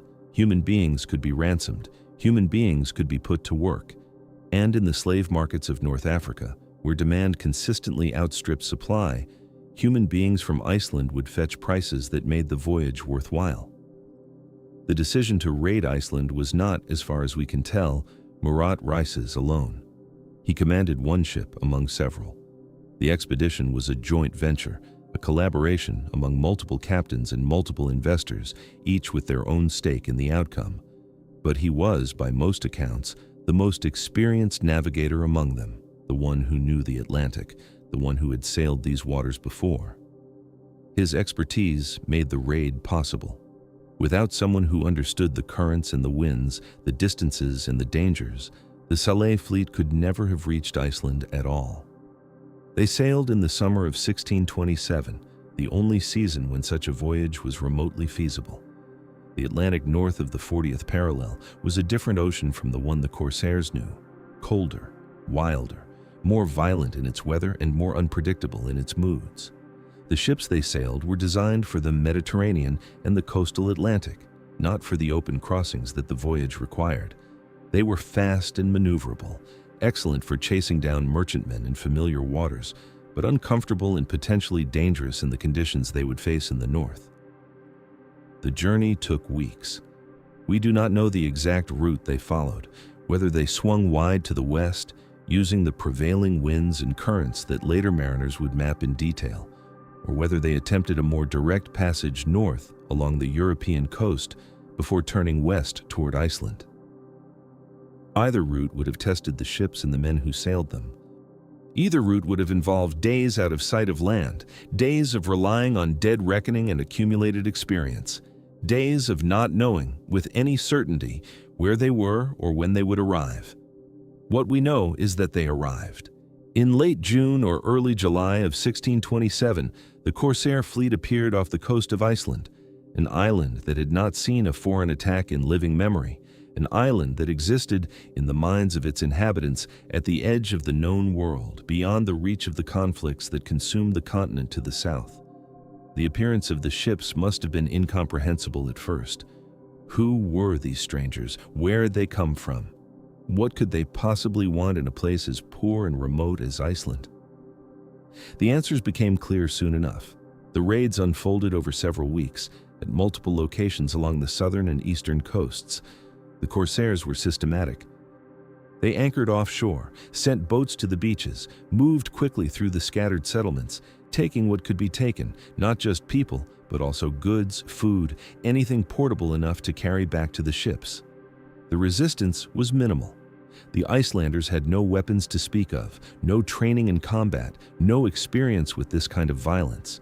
They were farmers and fishermen, not soldiers. They did what people in their situation have always done. They ran. They hid. They were caught anyway. The largest single raid struck the Westman Islands, the Vestmannaeyjar, a small archipelago off the southern coast where a community of several hundred people lived by fishing and farming the narrow strips of cultivable land. The islands were even more defenseless than the mainland settlements. There was nowhere to run, nowhere to hide, no way to escape once the corsairs' boats began to close in. The population was simply rounded up, assessed, selected. The young and healthy were taken. The old and infirm were left behind. Families were separated, parents from children, husbands from wives, siblings from siblings, with the casual efficiency of men who had done this many times before. The sources that survive from the Icelandic side are fragmentary and emotional, as one would expect. They are accounts of trauma written by people who had experienced or witnessed something beyond their capacity to process. They describe confusion and terror, violence and loss, the sudden rupture of a world that had seemed, until that moment, secure. They describe the incomprehensibility of the attackers, their language, their appearance, their religion, their evident lack of any shared humanity with the people they were seizing. They describe the voyage south, packed into ships' holds like cargo, uncertain of their destination, uncertain whether they would survive to reach it. What they do not describe, because they could not know it, was the perspective of the raiders themselves. To Murat Reis and his fellow captains, the Icelanders were not neighbors or fellow humans or souls deserving of sympathy. They were commodities. They were the return on investment that the merchants of Salé had funded and that the crews of the corsair ships had risked their lives to obtain. They were the difference between a successful voyage and a failed one, between profit and loss, between reputations enhanced and reputations diminished. The screaming, the weeping, the desperate attempts to escape, these were inconveniences, obstacles to efficient operation, not moral facts that required attention or response. This is what it means to participate in the slave trade. Not to be a monster, not to take pleasure in suffering or to lack entirely the capacity for empathy, but to have constructed, through habit and circumstance and economic incentive, a mental architecture in which certain categories of human beings do not register as fully human. The corsairs who raided Iceland were not, by the standards of their own society, particularly cruel men. They observed their own codes of conduct, maintained their own hierarchies of loyalty and obligation, loved their own families, and mourned their own dead. They simply did not extend these moral considerations to the people they captured. Those people existed outside the circle of concern. Those people were the raw material of commerce, not partners in a shared human enterprise. Murat Reis, if the sources can be trusted, did not personally lead the landing parties during the Iceland raids. He remained aboard his ship, coordinating operations, making decisions about where to strike next and when to withdraw. His role was strategic rather than tactical. He was the planner, the navigator, the orchestrator of a complex operation involving multiple ships and hundreds of men across an unfamiliar coastline. The actual violence, the breaking down of doors, the dragging of screaming children from their mothers' arms, the killing of those who resisted too vigorously, was delegated to others. Whether this distance made him more or less culpable is a question that different moral frameworks would answer differently. He did not personally seize anyone. He merely made the seizing possible. The fleet departed Iceland in late July or early August, their holds full of captives, their mission accomplished. The voyage south was, if anything, harder than the voyage north had been. The ships were more heavily loaded now, riding lower in the water, slower and less maneuverable. The captives required food and water, resources that had to be calculated into the provisions for a crossing that might take weeks. And the captives themselves were a management problem. Hundreds of frightened, desperate people who might, if given the opportunity, attempt to overwhelm their captors or sabotage the ships. They had to be watched, controlled, kept in conditions that prevented resistance while still keeping enough of them alive to make the voyage profitable. Some died on the crossing. We do not know how many. Disease, dehydration, despair, the usual killers of the Middle Passage, would have claimed some percentage of the human cargo. Others would have arrived in North Africa weakened, damaged, worth less on the auction block than they would have been worth if they had been healthier. This was calculated into the business model. A certain percentage of loss was expected and acceptable. What mattered was the aggregate return, the total value of the surviving captives weighed against the total cost of the expedition. The survivors, roughly 400 of them by the estimates that survive, were landed in Algiers and Salé, distributed among the various markets of the North African coast. From there, they dispersed into the vast machinery of Mediterranean slavery. Some were ransomed eventually, returned to Iceland or Denmark after years of negotiation and the payment of substantial sums. Some converted, became Muslims, built new lives in a new world. Some died in captivity, of disease, of overwork, of the accumulated weight of a life lived in bondage. A few left testimonies, accounts of their experiences that circulated back to Europe and contributed to the growing body of captivity narratives that shaped European perceptions of the Barbary world. One of the captives, a woman named Gudridur Simonardóttir, would eventually be ransomed and returned to Iceland, where she became something of a celebrity, a living witness to the horrors of Barbary captivity, a symbol of the dangers that lurked beyond the familiar world.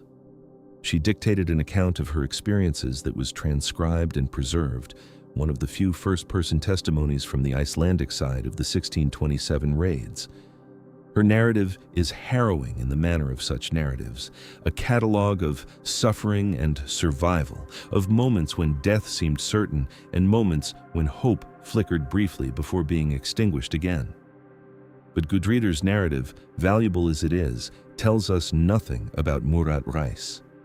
He appears in it, if at all, only as a distant figure, a name associated with the ships that carried her into captivity, not a person she knew or interacted with directly. Her world and his world overlapped for a few weeks in 1627 and then diverged entirely. She returned to Iceland, rebuilt her life, died among her own people. He remained in the corsair world, continued his operations, aged into the elder statesman of the Salé fleet. The Iceland raid was, for Murat Reis, one operation among many. It was notable for its audacity, for the distance traveled, for the quantity of captives secured. But it was not, as far as we can tell, a transformative event in his life. It did not change him, did not cause him to reconsider his profession, did not produce any recorded moment of moral reckoning. It was simply the high watermark of a career built on the taking and selling of human beings, a demonstration of what the corsair system was capable of when it reached beyond its usual boundaries. What happened next, in the years after Iceland, in the slow decline of the Salé Republic, in the strange trajectory that would eventually connect a Dutch-born corsair to a family in Manhattan, belongs to another chapter of the story. But the Iceland raid remains in historical memory the act that defines Murat Reis. It is the moment when the Barbary corsairs, usually distant figures in European consciousness, suddenly became real and immediate, a threat that could materialize out of the Atlantic fog and tear a community apart in hours. The Icelanders remembered. For generations afterward, the Turkish raid, as they called it, collapsing all the complexity of Barbary identity into a single misleading term, haunted the national memory. Children were warned about the Turks who might come from the sea. Churches were built with higher walls, thicker doors. The trauma of 1627 entered the cultural bloodstream and stayed there, a reminder of vulnerability, a scar that never entirely healed. And Murat Reis? He continued. He adapted. He did what he had always done, assessed the situation, made his calculations, moved forward into the next opportunity. The Iceland raid had been profitable. It had enhanced his reputation. It had proven that he could do what no one had thought possible. And when the moment came to do it again, he would be ready. But the moment did not come. The Iceland raid was not repeated. The conditions that made it possible, the element of surprise, the complete defenselessness of the target, the favorable weather and currents, were not replicable. Europe learned. Iceland learned. The next time, if there was a next time, things would be different. The summer of 1627 remained singular. A window that opened and closed, a horror that occurred once and then receded into history, to be studied and remembered and reconstructed from fragments, but never repeated. The captives who survived it carried the memory until they died. The captives who did not survive left only gaps in the records, absences where lives should have been, silences that no amount of historical recovery can fill. The ships sailed south. The sea closed over their wake. The world continued. The years after Iceland were not kind to Salé. The republic that had seemed so vital in the 1620s, so improbably successful in its defiance of every neighboring power, began to fracture from within. The tensions that had always existed between Hornacaros and Moriscos, between the old guard and the new arrivals, between those who wanted accommodation with Morocco and those who wanted permanent independence. These tensions, which had been manageable when profits were high and enemies were distant, became unmanageable as the decade turned.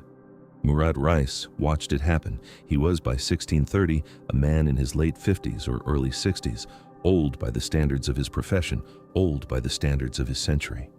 He had outlived most of his contemporaries, the men who had sailed with him to Iceland, the captains who had shared the profits and the risks, were dying off or retiring or disappearing into the anonymous mass of the corsair world.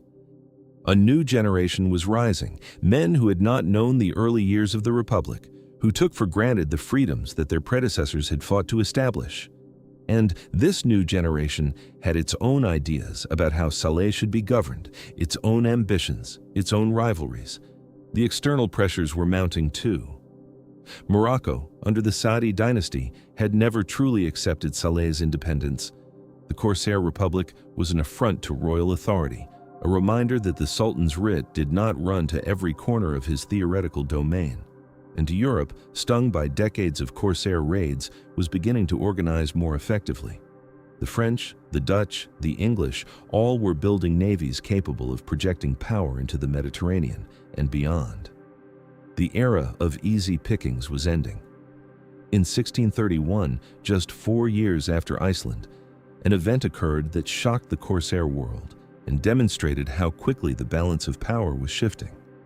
A combined English and Dutch naval force appeared off the Moroccan coast, not to raid but to negotiate.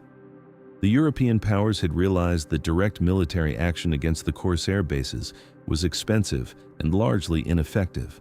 Better to negotiate, to buy off the pirates, to secure the release of captives through diplomacy and ransom rather than through force. The age of treaties was beginning. Murat Reis was present for these negotiations, though the sources disagree about his precise role. Some accounts suggest he served as an intermediary, using his knowledge of both European and North African cultures to facilitate communication. Others suggest he was marginalized, pushed aside by younger leaders who saw him as a relic of an earlier era. What is certain is that the negotiations produced results. Captives were exchanged, agreements were reached. The absolute hostility between Christendom and the corsair republics began, very slowly, to soften into something more transactional. This was not good news for men like Murat Reis. His entire career had been built on the assumption that the war between Cross and Crescent was permanent, that no reconciliation was possible, that the only question was who would take what from whom. If that assumption was changing, if Europe and North Africa were learning to coexist, to trade, to negotiate, then the corsair profession itself was becoming obsolete. He did not give up. That was not his nature. But the operations of his later years were smaller, less ambitious, more constrained. The Iceland raid had been the pinnacle. Everything after was diminuendo. The Salé Republic itself was in trouble. The factional conflicts that had simmered for years erupted into open fighting in the early 1630s. Hornacheros against Moriscos, street battles in the Kasbah, assassinations, coups and counter-coups. The delicate balance that had held the community together was collapsing, and no one, not even a figure as experienced as Murat Reis, could hold it together. In 1638, the Moroccan Sultan Moulay Mohammed et Sheikh made his move. He had been watching Salé for years, waiting for the right moment. Now, with the Republic weakened by internal conflict and its European enemies increasingly willing to negotiate rather than fight, he saw his opportunity. His forces moved on the city. The corsairs, divided and exhausted, could not mount an effective defense. Salé fell, not in a single dramatic siege, but in a slow capitulation, a gradual absorption back into the Moroccan state. The Republic was over. The experiment in corsair self-governance, which had lasted barely 2 decades, came to an end. What happened to Murat Reis in this period is unclear. The sources thin out, contradict each other, leave gaps that cannot be filled. Some accounts suggest he was killed in the fighting. Others suggest he fled, taking his ships and his loyal men and seeking refuge elsewhere on the Barbary coast. Still others suggest he negotiated his own separate peace with the Sultan, trading his submission for his life, and perhaps for some measure of continued autonomy. The most plausible reconstruction, though it remains uncertain, is that he survived the fall of Salé and spent his final years in reduced circumstances, no longer a grand admiral, but merely an old man with memories and connections, living out his days in a Moroccan port town, respected for what he had been, but no longer wielding real power. The exact date of his death is unknown. The exact place is unknown. The manner of it, whether peaceful or violent, whether alone or surrounded by family, is unknown. He vanishes from the record sometime in the early 1640s and does not reappear. The silence is appropriate. He had spent his life reinventing himself, shedding identities and acquiring new ones, moving between worlds with a fluidity that confounded the categories of his age. It is fitting that his ending should be as ambiguous as everything else about him. He came from somewhere, went somewhere else, became someone new, and then disappeared, leaving behind only the wake of his passage, the stories told about him, the descendants who carried fragments of his identity into futures he could not have imagined. And this is where the story takes its strangest turn. Among the women of Murat Reis's household in Salé, and here we must acknowledge that the sources are thin, contradictory, and filtered through centuries of family legend and genealogical reconstruction, was a woman named Sarah. She was, by most accounts, his daughter, though some sources identify her as a stepdaughter or even a captive who had been adopted into the family. Her mother may have been one of the European women taken in a raid, or she may have been a local woman from the Moroccan coast, or she may have been someone else entirely. The records do not say. What the records do say, and here the genealogical evidence becomes more solid, is that Sarah eventually married. Her husband was a Dutchman named Abraham Jans van Salé. The surname is telling. It marks him as a man of Salé, a European who had, like Murat Reis before him, crossed over into the corsair world and made his life there. Abraham and Sarah had children, and in the late 1640s or early 1650s, as conditions in Salé deteriorated and the corsair profession became increasingly untenable, the family made a decision that would shape their descendants' lives for centuries. They emigrated, not back to Europe, not to any of the established colonial powers. They went to a small settlement at the southern tip of Manhattan Island, a place the Dutch called New Amsterdam. The timing is important. New Amsterdam in the 1650s was not the New York of later centuries, not a metropolis, not a center of commerce and culture, but a struggling outpost, a few hundred souls clinging to the edge of a continent they barely understood. It was a place of margins and margins where people with complicated histories could start again without too many questions being asked. Abraham van Salé arrived with his wife and children sometime around 1650. The exact date, like so much else in this story, is uncertain. But the evidence of his presence is solid: land records, legal documents, court cases. He was there. He was real. He was the grandson-in-law or stepson-in-law of a man who had led one of the most audacious pirate raids in history. And he was not white. The sources describe Abraham van Salé variously as a mulatto, a Turk, a man of swarthy complexion. The racial categories of the 17th century were different from those of later eras, less rigid, less systematically enforced, more willing to accommodate ambiguity. But they existed. And Abraham van Salé, whatever his precise ancestry, was visibly different from the Dutch settlers around him, marked as other in ways that the records preserve. This otherness did not prevent him from prospering. He acquired land, significant amounts of land, including property in what is now Brooklyn. He engaged in commerce. He appeared in court both as plaintiff and defendant, a sign that he was fully integrated into the legal life of the colony. He had children, and his children had children, and the Van Salé bloodline spread through the colonial population, intermarrying with Dutch and English families, diffusing into the general mass of the American populace. By the 18th century, the Van Salés were no longer distinguishable as a separate group. They had been absorbed into the Great American Amalgamation, their North African ancestry forgotten or suppressed, their connection to the corsair world erased by generations of intermarriage and assimilation. The descendants of Murat Reis, if the genealogical reconstructions are correct, and they must be taken with significant caution, became indistinguishable from any other colonial American family. But the genealogists have been busy. In the 20th and 21st centuries, as Americans became increasingly interested in tracing their ancestry, as DNA testing made it possible to identify genetic heritage with unprecedented precision, as the romance of unusual origins became culturally valuable, people began to look more closely at the Van Salé family tree. And they found connections: Cornelius Vanderbilt, the railroad magnate; Humphrey Bogart, the actor; Jacqueline Kennedy Onassis. The names that appear on the lists of purported Van Salé descendants read like a roster of American celebrity and wealth. Whether all of these connections are real, whether the genealogical chains hold up under rigorous scrutiny, is a matter of ongoing debate.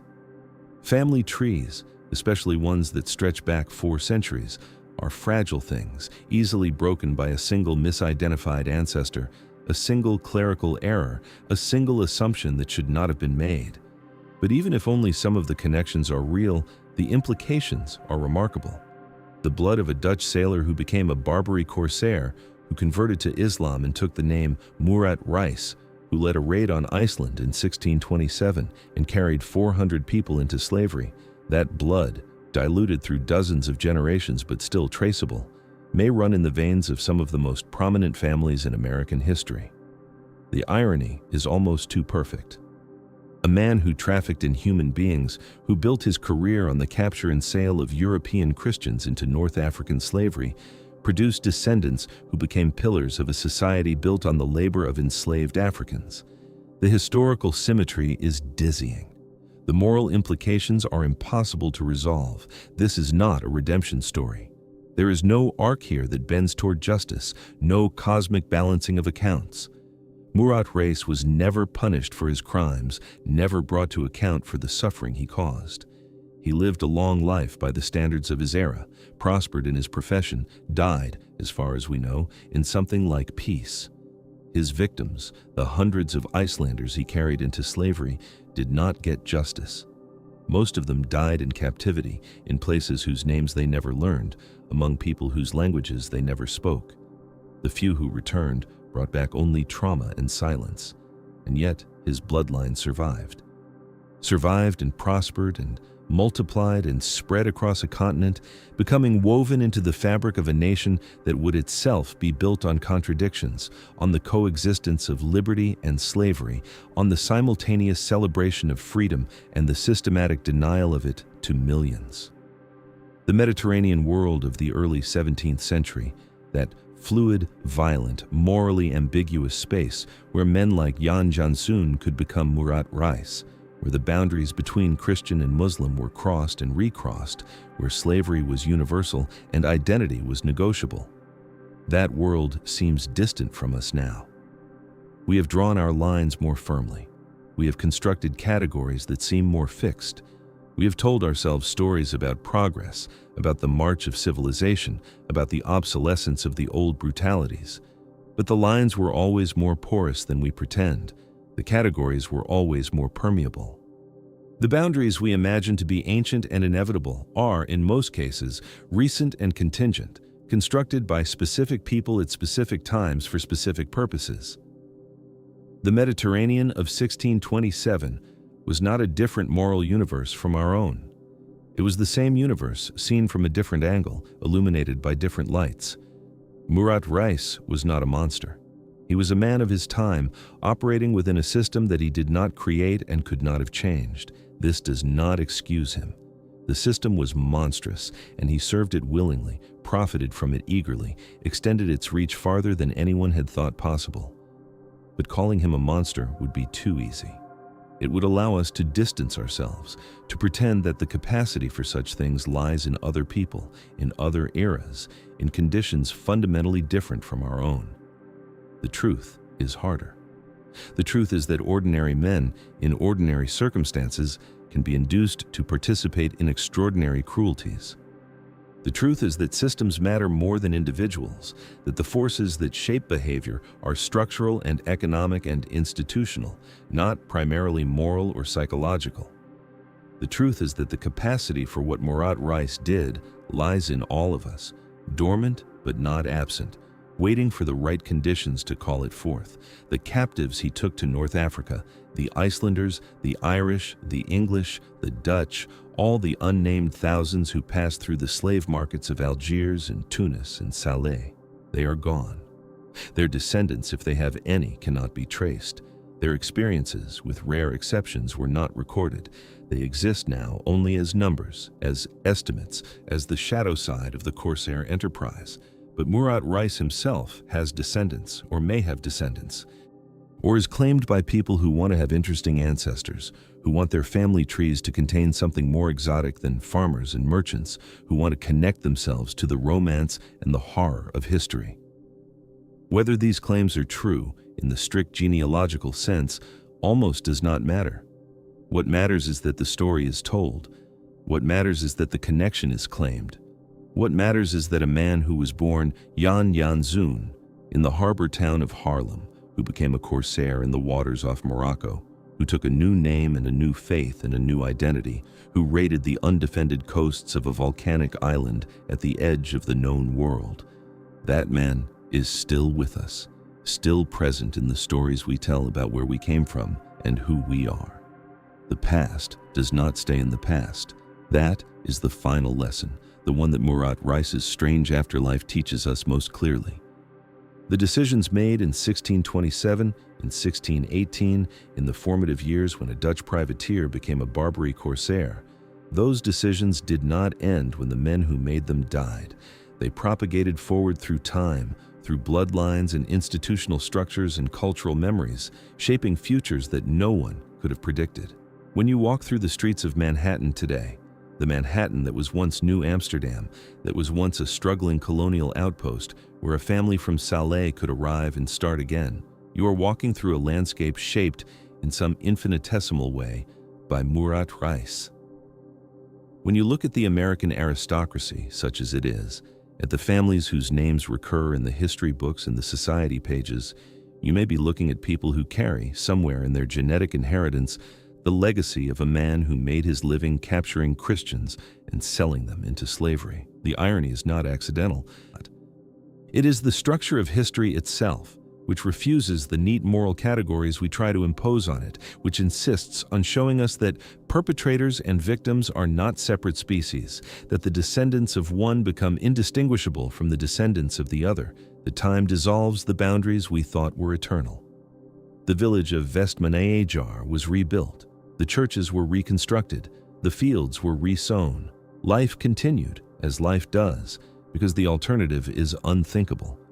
The children of the survivors grew up with the stories, and their children grew up with the stories, and eventually the stories became legend, became history, became the subject of academic study and documentary reconstruction.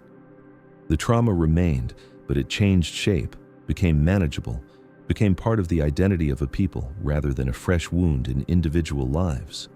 And in Morocco, and in the Netherlands, and in the places between, the memory of Murat Reis faded differently. In Salé, he was remembered, when he was remembered at all, as one figure among many, a capable commander but not uniquely so, a man who had done what the times required and then passed from the scene. In the Netherlands, he was a traitor, an apostate, a man who had betrayed his people and his faith.